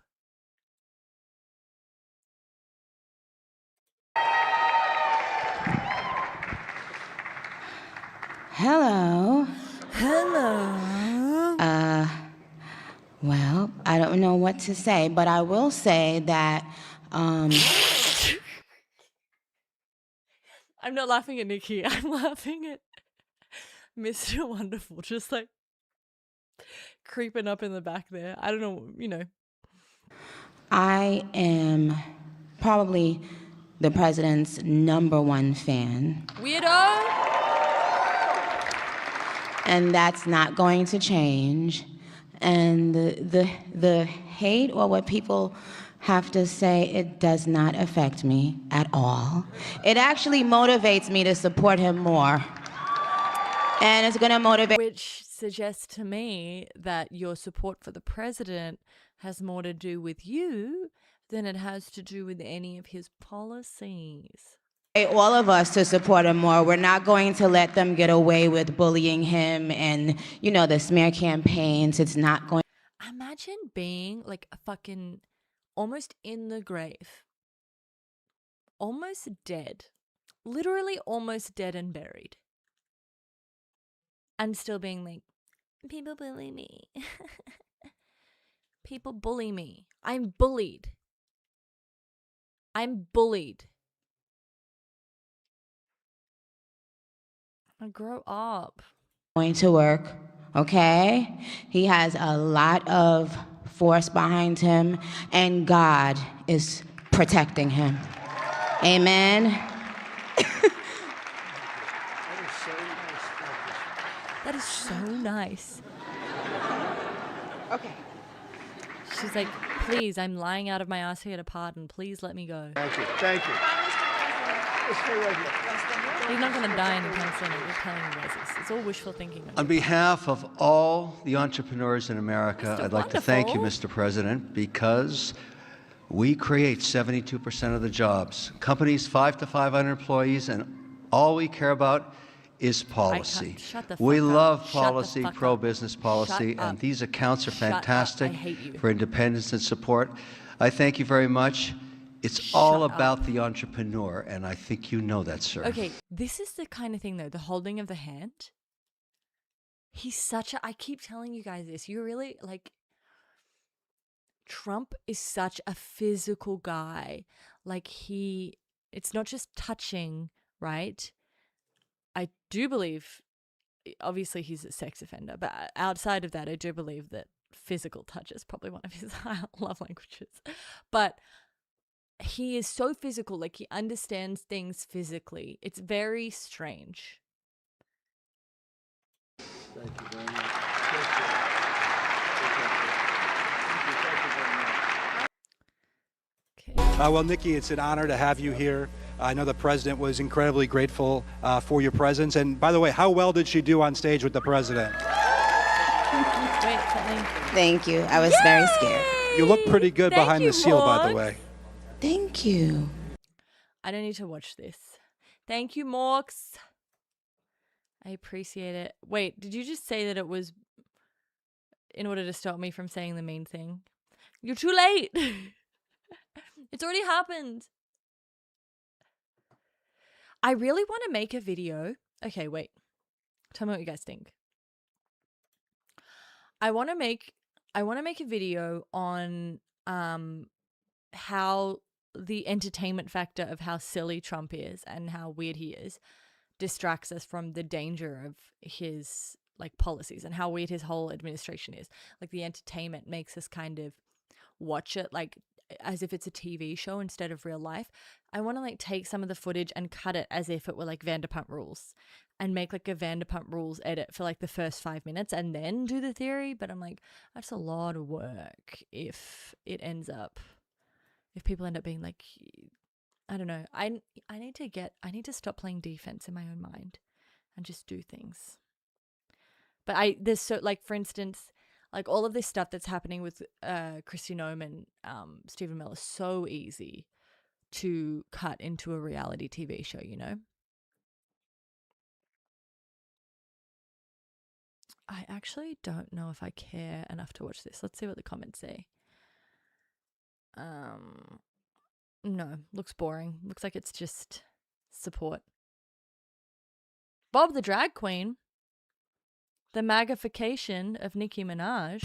Hey guys, first of all, welcome back to the YouTube page. It is me, Bob the Drag Queen. Hello, Bobbleheads. I want to say before we get started in the video today, please remember to subscribe to the page. My goal is to get 1 million subscribers before on MAGA. This is the story about how one of the most influential rappers of the 21st century moved from pop culture dominance and queer adoration into grievance politics, internet antagonism, and cultural isolation. This is the magnification of Nicki Minaj.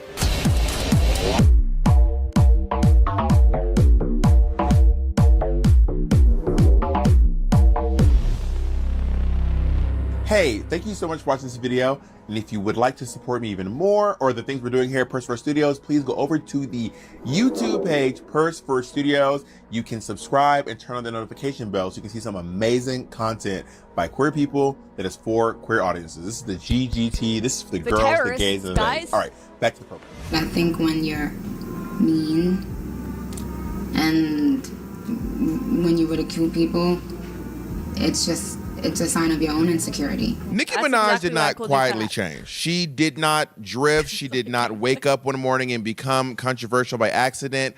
We are witnessing not just confusion, it is a transformation. That doesn't even look like Nicki Minaj, that photo he has. We're the cool kids. Okay. The other people, they're the ones who are still just disgruntled, but really they're just disgruntled with themselves. At her peak, ooh, Jesus Christ. Not the second puberty. At her peak, Nicki Minaj was not just unavoidable, she was untouchable. Between 2010 and 2018, she achieved something no female rapper had ever achieved. Crossover stardom, cultural dominance, unmatched technical skill, and a fan base that spanned Black communities, women, and queer people. At her peak, Nicki Minaj was not just unavoidable, she was literally untouchable. I remember being in the subway in 2008, and I looked up and every single magazine had either Lady Gaga or Nicki Minaj on it. And I mean, except Home and Garden. I think there was some white lady holding the plant. But every other magazine. The problem is, and I say this, having been through this as someone who, can you put it in the Discord, Alley Cattails? The problem is, the quality of the work hasn't changed, right? As someone who was obsessed with Kanye West, like obsessed, the quality of the work has not changed. It's just everything that the work used to stand for is kind of not undercut. Like the integrity is damaged because what it used to mean, what it used to stand for, like that is no longer the case. I don't know if that makes sense. I'm telling you, I vividly remember this being like, wow, Nicki and Gaga are on the cover of literally every single magazine. It was in the Times Square subway station. No, because I think part of the reason she dropped off in relevance is because she started, like it started with COVID. It's, oh, you know what I actually thought? It was so funny because there was like, this is a naughty thought.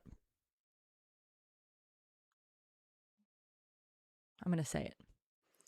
There was like a 3-week period when Nicki Minaj had gone full MAGA, right? It's to get pardons for her brother and her husband. She went full MAGA, and Kanye West hadn't met with the rabbis yet, and I was like, oh my God, they're gonna drop New Body. We're finally gonna get New Body because they're both cancelled. Because when Kanye came out with the everybody, and he tried to like release that album when he was mega cancelled, and he had New Body on it, and then Nicki Minaj is like, yeah, it's not really the like time and place, like New Body's so in the past, and I just think that the time and place for that is done, like it, you know, it'll never get released. And if you don't know what I'm talking about, Google Kanye West, Nicki Minaj, New Body. Great song, but it never got officially released. And I thought when Nicki Minaj went MAGA, I was like, oh, we're going to get New Body. But we didn't. Because then 2 seconds later, Kanye was like, I have brain damage from my car accident, and that's why I went kind of Nazi. And now I'm sorry. But yeah, so no New Body for us. In 2008, I was a budding little 22-year-old. Nicki was not just successful, baby, she was protected. I think some queer-coded witch must have put a protection spell on her, but it has finally worn off. Her alter egos, her over-the-top display, her theatricality, all of it allowed her to say outrageous things and receive very little consequence from her fan base. Music will cut me off if I can. May I express this to her as a singer? I just feel like what maybe trying to be expressed is just sing from your heart the entire time, and your notes will continue to shine. She was also embraced heavily by her queer fans, especially Black queer fans. We were riding hard. We were going hard in the paint, as the straights say, for Nicki Minaj. So we saw ourselves in her camp, like her excess, her theatrical femininity, and most important. Can someone who is in the Discord get the Discord invite link and please put it in? I haven't set things up. Hang on. No, can someone do it for me? It should be somewhere. I'm sorry. Her defiance. This is what spoke to us. I would encourage my gay fans to be fighters. She stood up to people that we could not stand up to. But Donald Trump, he gets to hang out with young and have 50 different wives and just be cool. Oh, Donald, we love you. Donald Trump. so it seems like she would never fade. Each barb was basically a Horcrux scattered across the globe. She was undefeatable. And Nicki Minaj, she wasn't just an artist, she was like an avatar for us, right? She was representation for a lot of people. What do you think it's gonna take for us to finally get a gay rapper? Like, what is gonna happen? I am a gay rapper. You got one. Yeah! We love you, Nicki! And the first cracks that we saw in the armor did not come from politics. Wait, that's so they funny. came Is from everyone posting the link and it's blocking for everyone?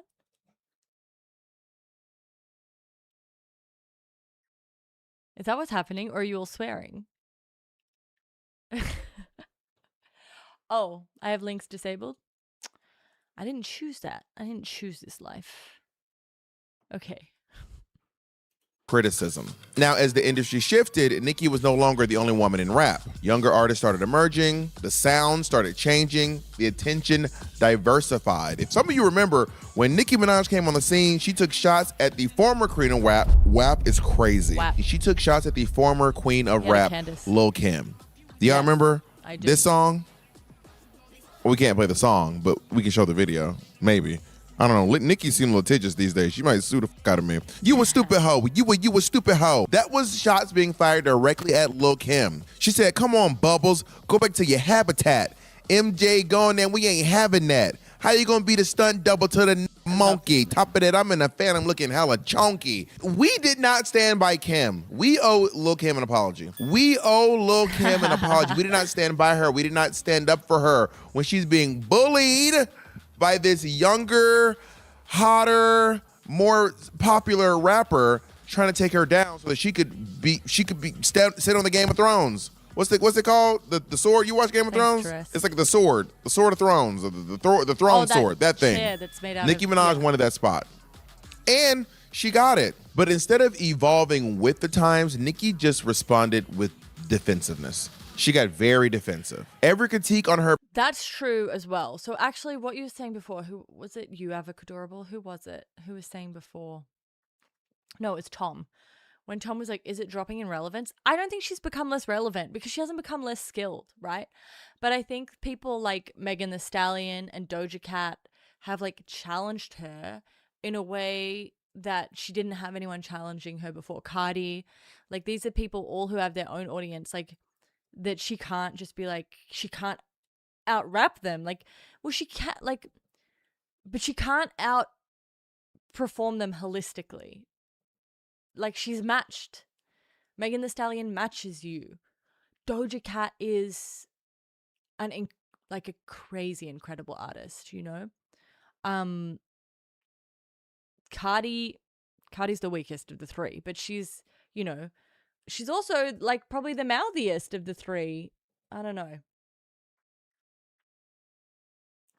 Became an attack. Every chart conversation became a conspiracy. And every moment that wasn't praised was proof to her that she was being blackballed. And this is where grievance begins. I didn't know about See, the grievance pipeline is very simple.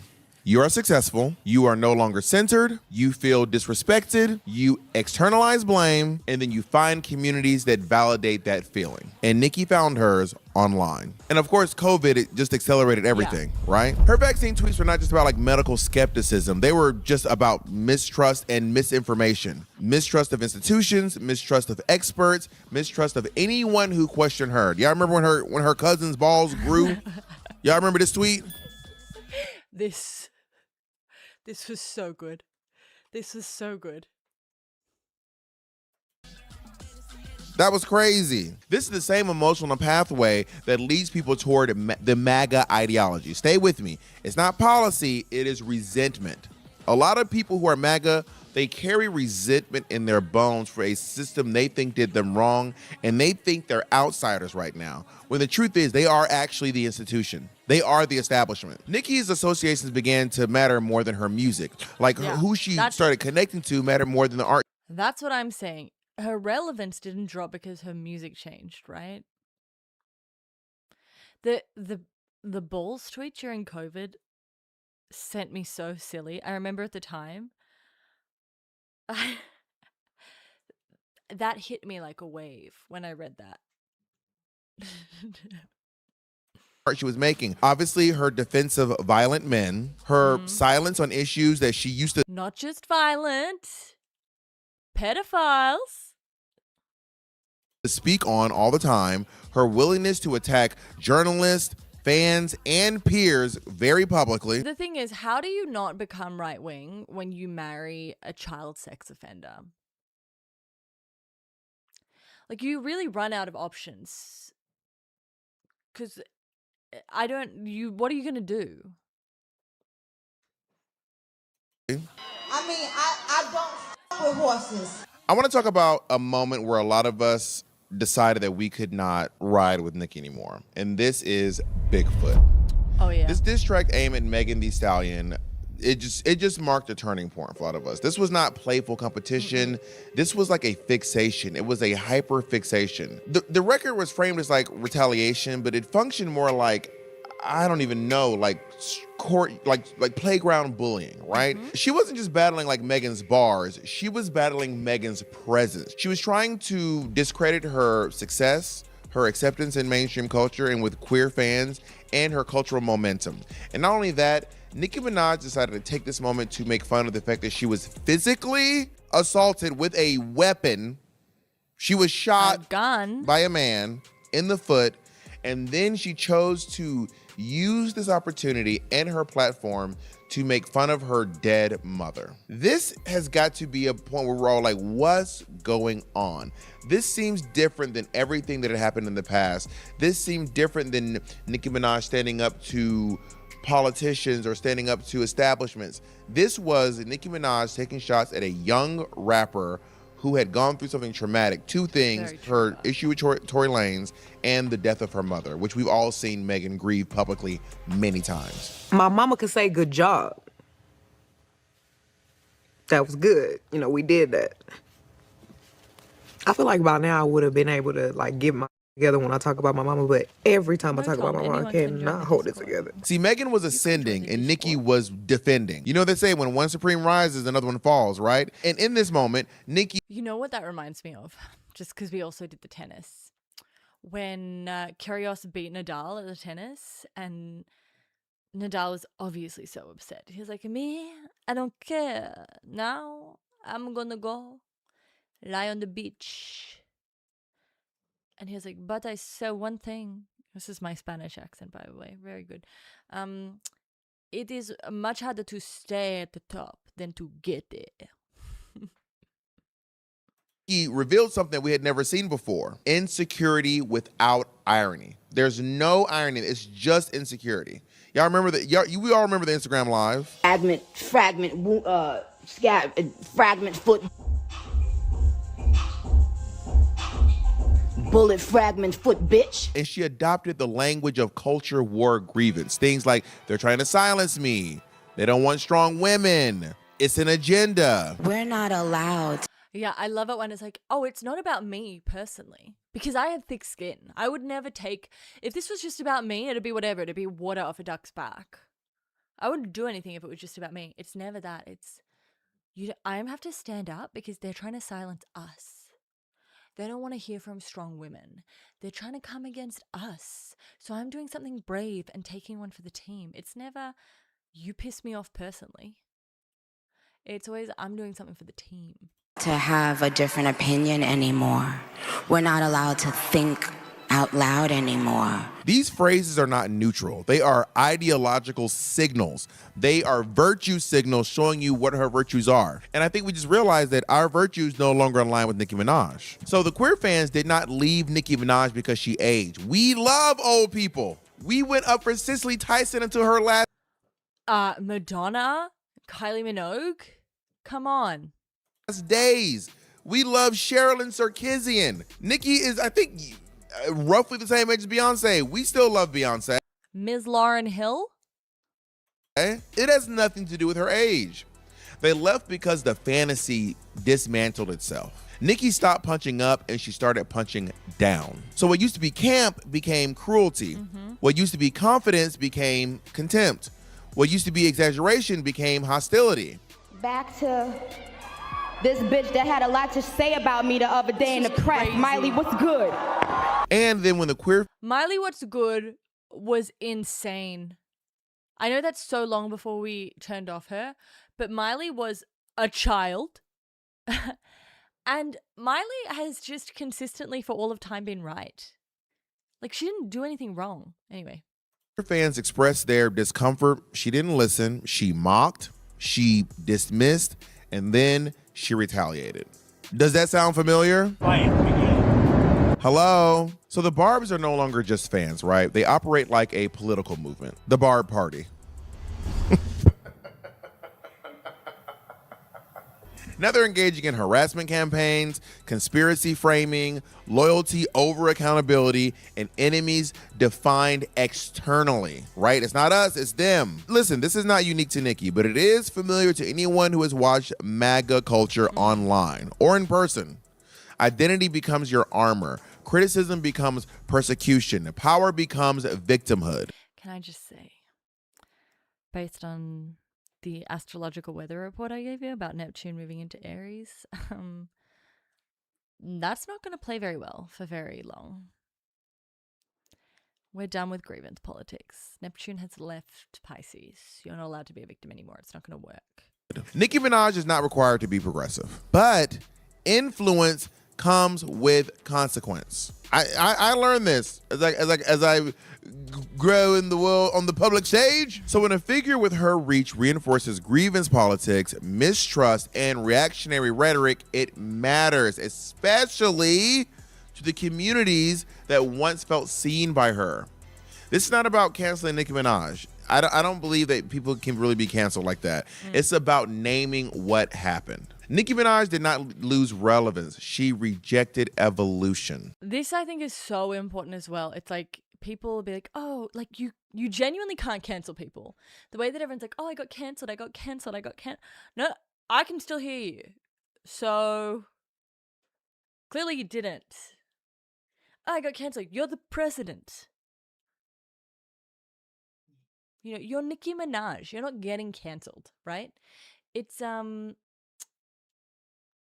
this idea of like, I'm not canceling you by being very clear about what happened because you're clearly delusional about what happened. So I'm just letting you know you did this and that sucked. And that's why everyone stepped away from you. That's not canceling, right? And it's like a lot of the time when when I do analysis, I'm like, I'm just trying to make it very clear exactly what has happened. That doesn't mean I support it. I don't have an answer, but it's a really important part of the whole equation that we are clear on what actually is going on. Because if you start, it's just is such a random pivot, but I'm just going to say it. It really annoys me when it comes to Israel-Palestine, when people start saying things like, I'm for a one-state solution. I'm for a two-state solution. I support a one-state solution. I support a two-state solution. I think, but bro, how do you have a solution that you support when none of the working is done? Where'd you pull that out of your ass? It's so crazy to me. It's like, you know what I support? Let's stop what's happening right now before we start planning a state. Because the problem is, in all of that, like, jumping ahead, the focus is off where the focus needed to be, which is, hey, an incredibly asymmetric pummeling of a stateless group of people is occurring and no one is doing anything about it. So instead of having arguments about what kind of state the Palestinian people should have, how about you focus all of your efforts to stopping that pummeling? That should be your immediate focus. Your immediate focus should be, hey, we need to stop this immediately. Because you know what happens when you focus too much on, I know one state solution, people keep dying en masse every day and no one's listening to you anyway. And now they're building some fucking crazy new Gaza to make everyone rich because unless you, I just find it very frustrating because it's like, you don't even have anything close to the working. How do you think, guys, my jaw, I'm zagging. My jaw's fucked because I tried to make my face more symmetrical because I was watching too much Looks Max's stuff. And now, I don't know, I've ruined everything. You know what? I would rather just have an asymmetrical face and not have jaw pain. What did I do? Clavicular. Why would I listen to a child? Why do I get carried away? First, you're watching them just to observe and report. And then you think, let me give it a go. Let me just see what they're on about. Let me see. And then you're fucked. Then your jaw's fucked. I didn't bone smash. I just did some neck tucks and some chin tucks, and I chewed with the other side of my mouth. Don't mew. My face is asymmetrical. I used a TikTok filter. Thank you. It's not. What would you describe a Barb to be? A Barb is a Nicki Minaj fanatic who is extremely knowledgeable of my past. This part of the video I want to direct toward the Barbs, because I know what y'all are going through. I was never a Barb. I was a Nicki fan. Was I a Nicki fan? I was a Nicki fan. I was a big Nicki fan. But the Barbs were on a different level. And I understand you guys are going through grief. This is truly grief. I gotta tell you something. And it needs to be full screen for me to tell you. I do want to talk about Kanye. I do want to do his Vanity Fair and Wall Street Journal things. I do want to do that. I am a believer that Kanye represents the zeitgeist, and this is a huge moment for all of us that Kanye is having this reckoning. It's a great sign for the culture because I think he represents the culture at large. I think it's great that he's suing Clavicular and Nick and Sneeko. I think this is all very good. Okay, we can discuss this.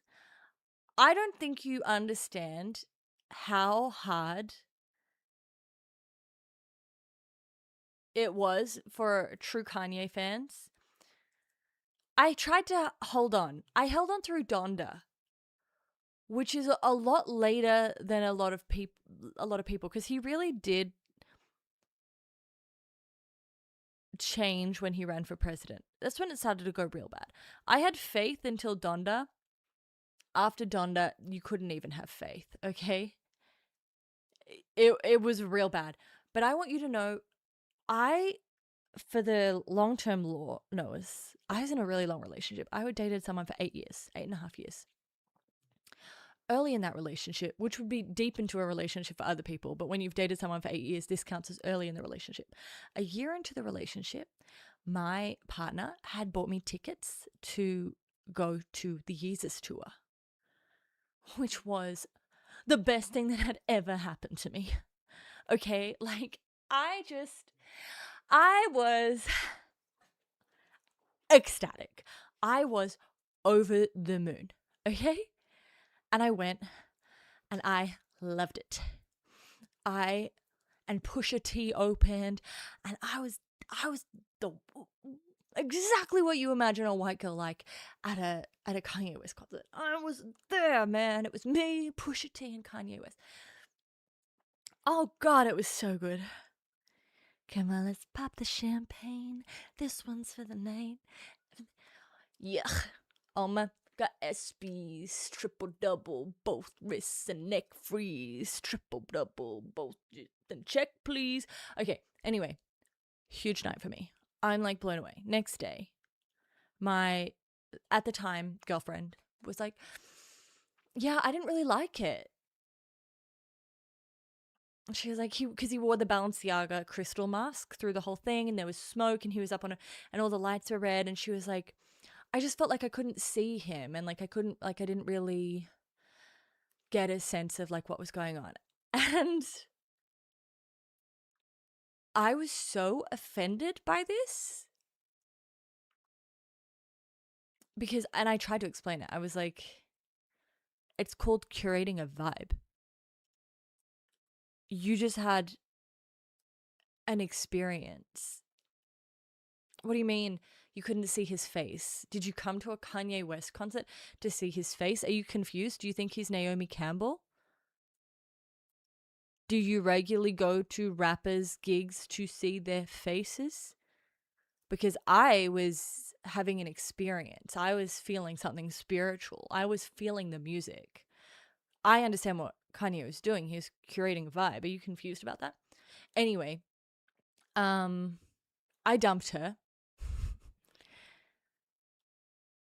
We did get back together, but I have broken up with a partner over Kanye West.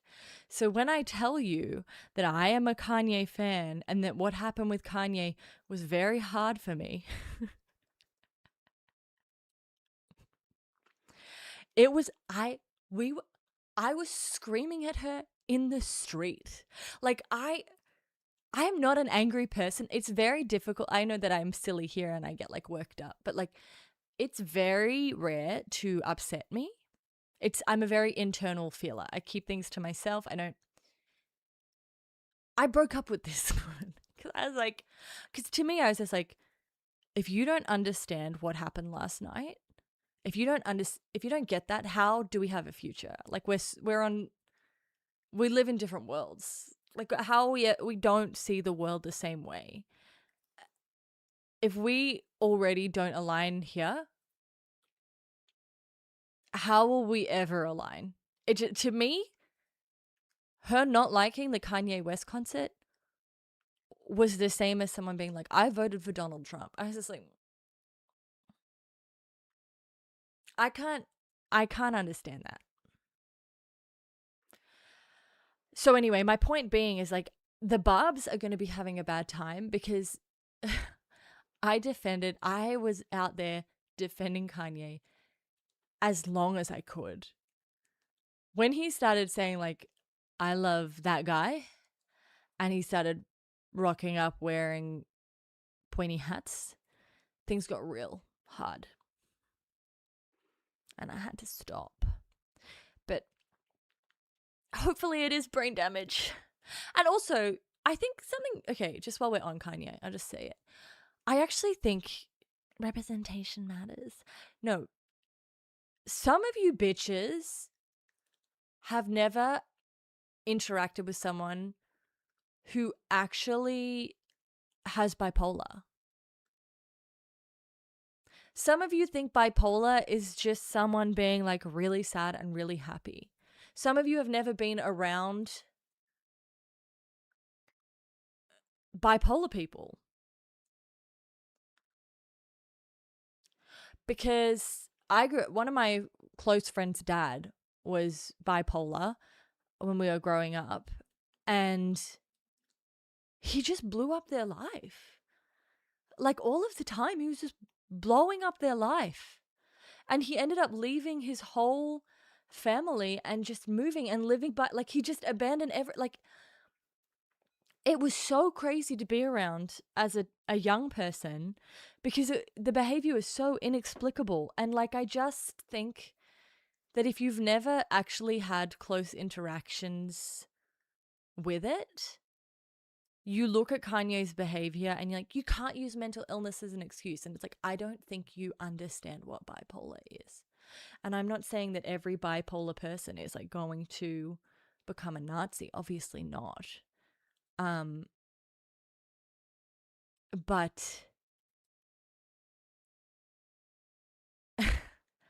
you're going to do some crazy shit. Gabby Hanna, another example, who's become like super Christian and believed went through a bipolar episode where she was truly believing that she was Christ. Like, people experience very intense things when they actually have bipolar. And I think there needs to be some space and acceptance for that. And I thought when he said in the Wall Street Journal thing that he was like, I didn't, the funniest line of all time, and yet somehow very beautiful and poignant, being like, I found a lot of comfort in Reddit, where he's like, where I found that there are other people who also destroy their lives once a year. Like that I'm not the only person out here just like burning everything to the ground in irrecoverable ways once a year. And Nicki Minaj doesn't have any of that excuse. Her reasoning isn't that she has any kind of mental illness. You know why Nicki Minaj has turned into a horrible person? Because she is a horrible person. She's doing this all because she's married to a fucking child sex offender. And she can't stand competition. And it's not just that you like Nicki Minaj, especially for those of you who are like in your 20s. Nicki Minaj has been with you since you were in elementary school. You quote her every day. I'm not in my, that's not me, but God, is Super Bass a nostalgia plug for me when I hear that song. Holy crap. Dressed as her for Halloween. I don't even know why you girls bother at this point. Like, give it up! It's me! I win! You lose! So much of your personality is based around Nicki Minaj as a person, and that was not by accident, that was by design. You have her flags hanging up in your bedroom. You stream her songs into... Yeah, Finches, remember it was my birthday the other day and I turned 18? Remember? Glad we're all on the same page about that. I know there's a lot of movement in my forehead, but I have an appointment with a neurologist about migraines, and I'm hoping that I can get a cheapy, socialized medicine coverage Botox instead of having to go and pay for it myself. You put on Spotify, put it on repeat, and you leave the house to make sure that her tracks go to #1. And it felt like when she was succeeding, you were succeeding. So when she's losing, it feels like you're losing. And that makes a lot of sense.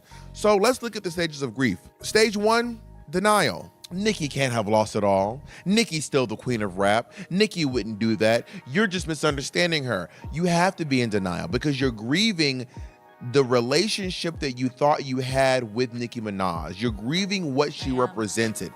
Nicki's song was playing on your girls' trip. Nicki's song, when it's the moment you walked off stage, you went to the club, and you all, everyone, when the Nicki, when Monk. This is Bob the drag queen. The goat. Monster came on, you were all in a circle. Everyone in the club was screaming, pull up in that monster automobile gangsta with a bad bitch that came from street. We were all in the club screaming it together. Everyone felt united because we felt like we were... First things first, I eat your brain. Then I'ma start rocking gold teeth and fangs, cause that's what the motherfucking monster do. That wasn't even my favorite. My favorite was Nicki Minaj's verse on, was it Trey Songz? All Around the World, the Bottoms Up. I think it was Bottoms Up by Trey Songz. Can I get that Coke and a Henny? Can I get that Rennie? Can I get that margarita on the rock? Can I get salt all around that rum, Trey? I was like, yo, Trey, do you think you could buy me a bottle of rosé? Okay, let's get with it. I'm with a bad bitch, he's with friends. I'll say hi, say keys the Benz. Motherfucking right, that's feet to the 10. If bitch trying to get cute, I'm a stubber. Throw a lot of money in and then you'll fucker. Then you'll fucker. Then I'm gonna go and get my Louisville slugger. Excuse me, I'm sorry. I'm really such a lady. I rap Young Money, you know Slim, baby. And we be doing donuts. And we ride in the 380. We give a lot of money to the babies out in Haiti singing all around the world. Can you hear me? Do you love my body? Anna Nikki. Rest in peace to Anna Nicole Smith. Yes, my dear, you're so expensive. Say hi to Mary, and Joseph. Now bottoms up and double my dosage. I just had to check if I still knew it, and I do. Rallying behind this powerful woman. So yeah, you're gonna be in denial about that. Then you start bargaining. Step 2, well, maybe she said that because of this. Maybe she did that because of this. Well, have you considered this? Have you thought about what she's gone through? So obviously, you're gonna start bargaining with yourself and with people around you who have already left the camp, because everyone doesn't go to the stage at the same time, right? You're arguing with someone who's already on stage 5. So you're like, no. This was made with Kanye. This is so true. Hear me out. So when Nicki Minaj gets on stage at the Turning Points USA, you think to yourself, there has to be some higher meaning to this. What people misunderstand about me now, I don't care about it. I really don't. In fact, I love that they misunderstand me now. I do too, because it shows that you're not a part of this world. Step 3, anger. Now you're mad. Because again, we're not just when people criticize Nicki Minaj, it doesn't feel like a criticism of her. It feels like a criticism of every moment in your life that is connected to Nicki Minaj. So obviously you're gonna feel angry because it feels like an attack on you. Stage 4, depression. Baby, I get it. You are now in a bad mood. And it's not anger. It's because anger is when you're mad at the world. Depression is when you're mad at yourself. Because you are coming to the realization, have I been on the wrong side of history? Yeah.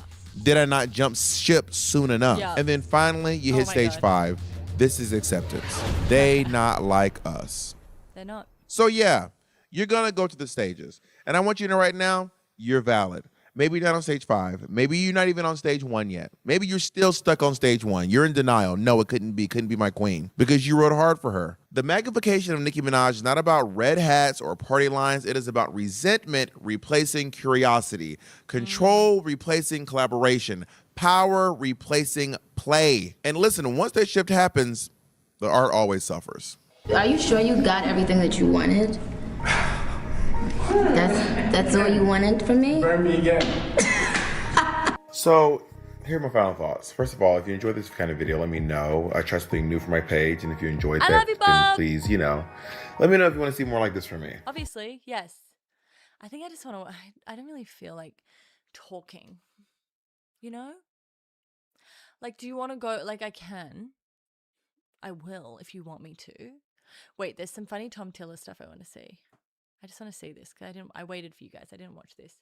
Until the legal matters resolved for anybody.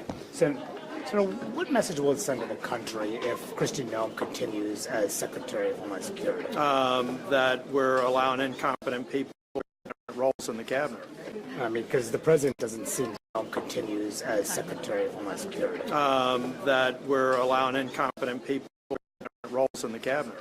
I mean, because the president doesn't seem to be willing to get rid of her. He has confidence in her, he says. I don't have any confidence. Look, we're about to map out something I've tried to work diplomatically on, but she's a complete failure on a disaster response. There's no comparison between his Homeland Security in President Trump's first term and this one. They're asleep at the switch. They're pushing paper and doing Doge shit. And causing people not to get badly needed resources down there. She clearly doesn't know how to manage. She's never managed a large organization, and she's failing at every possible measure of the job. I mean, and it seems like Stephen Miller is not going anywhere either. Well, again, I'll leave it up to the president. But Stephen Miller was the one who got out in front on Greenland. It's not working the way he said it was. He got out in front and told the president, before he'd even taken the time to understand the incident that happened in Minneapolis, that a terrorist had guys, why are we getting this kind of energy from Republicans and not Democrats? Democrats are trying. It just kind of feels a little... It always feels like a little bit... Yeah, I'm going to tell Mom. I don't know. I didn't feel... I watched it this morning on IRI. The Chuck Schumer, like it just kind of feels like it's exactly how are we standing this guy? Because he's like, these people are shit. It's like, why can't, it's like, instead of saying, it's kind of like, it's always abstract with Democrats. It's always like, we are standing up for rights and goodness and the Second Amendment and doing things properly, and we won't let American citizens get hurt anymore. I would like a Democrat to say, Kristi Noem is fucking shit at her job. She's a psychopath who shot her dog in the face, and that should have been an indicator that she wasn't mentally fit to do this role. Stephen Miller literally looks like he's been pulled out of a 90s action movie where he was the villain and you made him your advisor. What does he advise you on? Fucking evil? Is he your evil advisor? Because every plan he comes up with is fucking evil. Like, I'm sorry, I know we're above it. I know we're the adults in the room. I know we're so good. I know that we don't have to stoop down to the personal because we have real things to attack them on. Please, can we just attack them personally? Please. I'm so okay. Guess what, Democrats? I promise you, I will not lower my opinion of you if you start attacking them on personal grounds. Please. Please say Stephen Miller is such a beta fucking cuck. He sent his wife out to do PR from him because he felt people weren't being nice enough to him, as he literally tries to kill immigrant children. Please, please just say it. I'll do anything. Stop being like, we stand for American liberty and principles and people's freedoms, and people don't deserve to be treated like this. Please. Just say the main thing. Call Nicki Minaj fat. Please. I had been killed and was brandishing a weapon. It's like this. These are amateurs in the strictest sense of the word. Do you support them changing to this bill that's pending on the floor right now, the funding bill, in order to restrain ICE? Well, look, I mean, in the so-called big beautiful bill, there was significant funding for the ICE operation, so they're going to continue to have resources to tap on. But I have no problem with putting very clear. Look, I want to help these ICE officers on the front line. My heart, I feel badly for these. You know, you're talking about a few who are involved in the incident, but there. Is this guy kind of hot?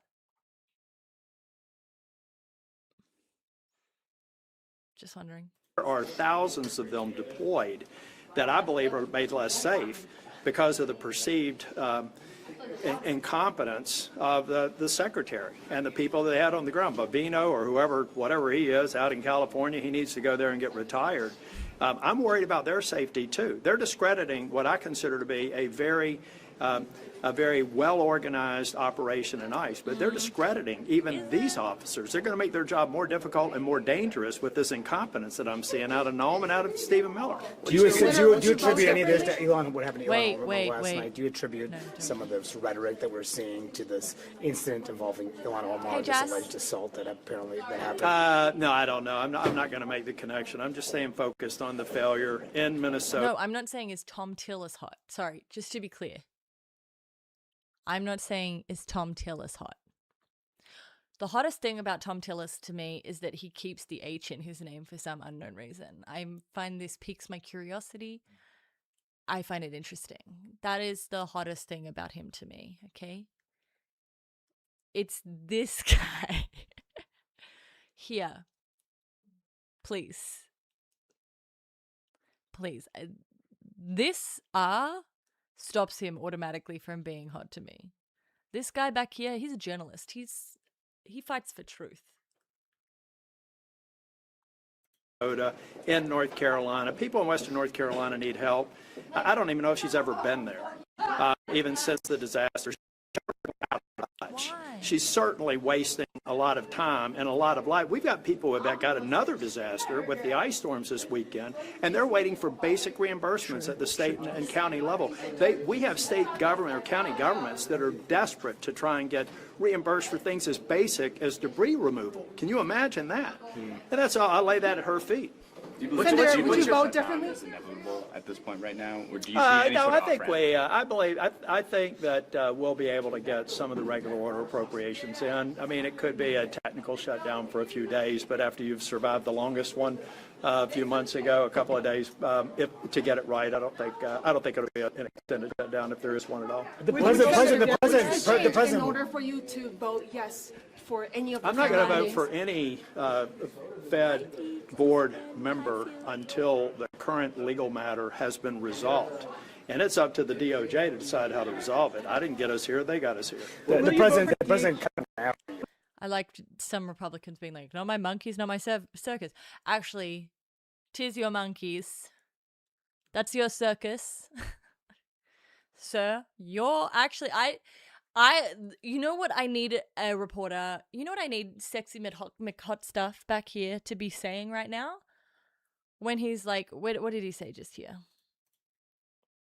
Board member until the current legal matter has been resolved. And it's up to the DOJ to decide how to resolve it. I didn't get us here. They got us here. The president. This one a few months ago, a couple of we'll be able to get some of the regular order appropriations in. I mean, it could be a technical shutdown for a few days, but after you've survived the longest one a few months ago, a couple of days, to get it right, I don't think it'll be an extended shutdown if there is one at all. The president. In order for you to vote yes for any of the I'm not going to vote for any Fed board member until the current legal matter has been resolved. And it's up to the DOJ to decide how to resolve it. I didn't get us here, they got us here. The president. No. So if I'm Sexy McHot Stuff reporter, I'm saying, how will you be voted? Like 100%, right? 100%. This actually is your monkeys. This is your circus. The only way it gets resolved is based on your action, right? You are in government. You are the one with all of the power. So how you vote, okay, is kind of everything. You're the one who has the power. You can palm it off to the DOJ all you want, but you still have more power than any current sitting Democrat. Your vote still matters more than any current sitting Democrat. So how are you going to vote? Also, yes, Sexy McHot Stuff is quite the title. There comes a point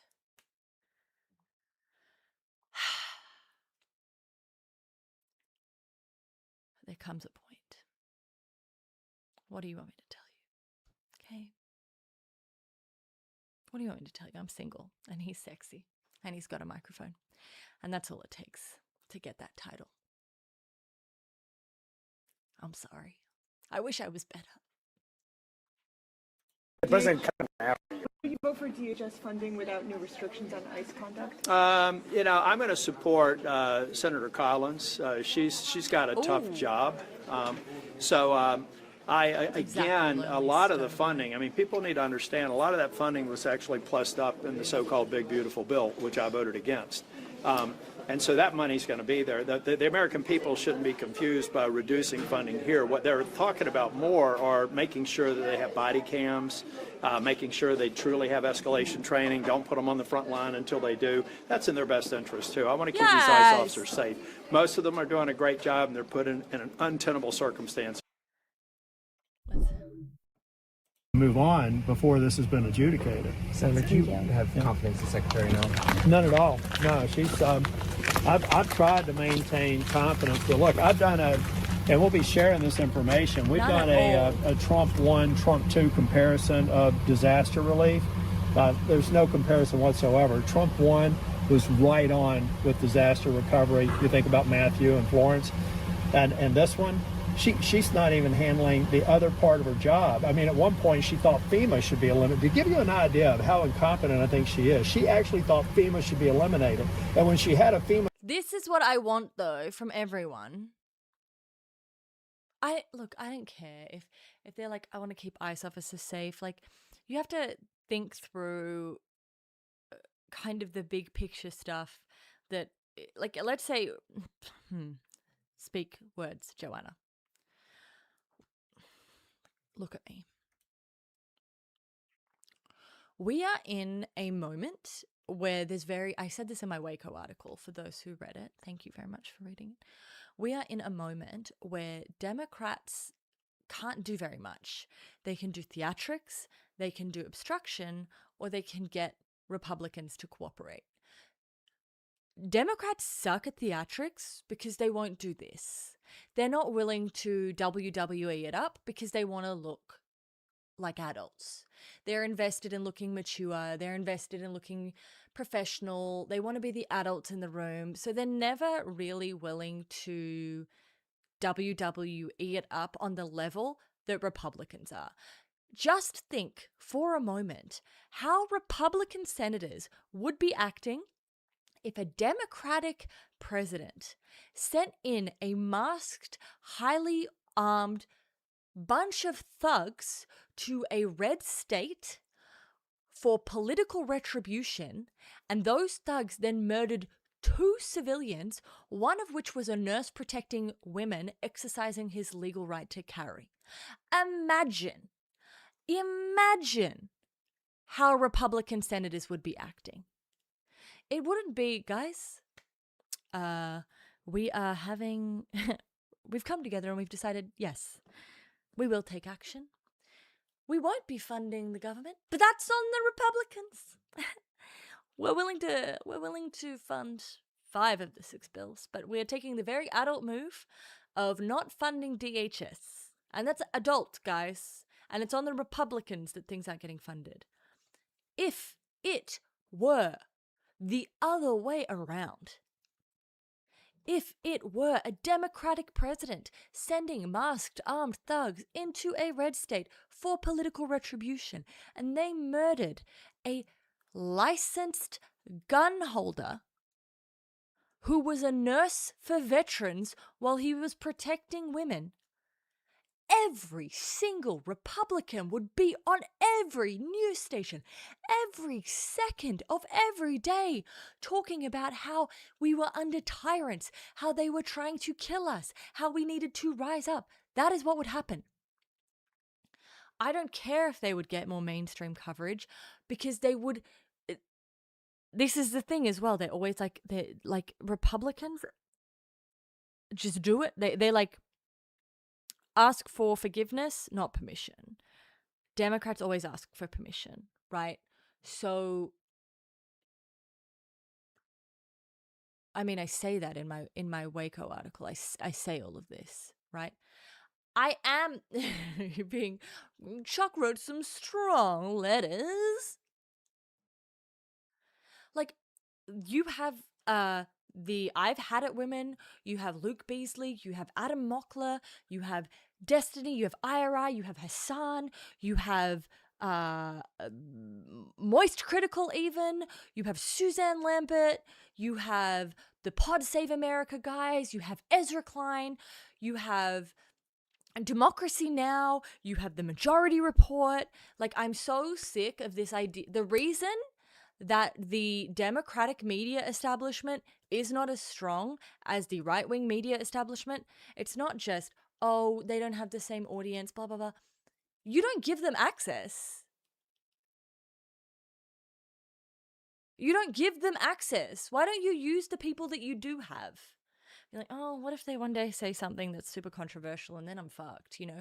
Then we talk to them, right? I'm just naming everyone who exists in the ecosystem. Everyone who exists in the ecosystem ought to be used by this, like, every single news station, every single person. There should be someone who is, firstly, Democrats should have a shadow cabinet. It is insane to me that a year in, that sort of thing hasn't been set up, where different senators are responsible in terms of outreach for different areas of the government, okay? Secondly, there should be a press team for the Democrats, your best operators, your best speakers, right? Just go out and say something. Firstly, my name is Joe, not Jess. Secondly, they fucking don't. I am in the media ecosystem. They are not doing it enough.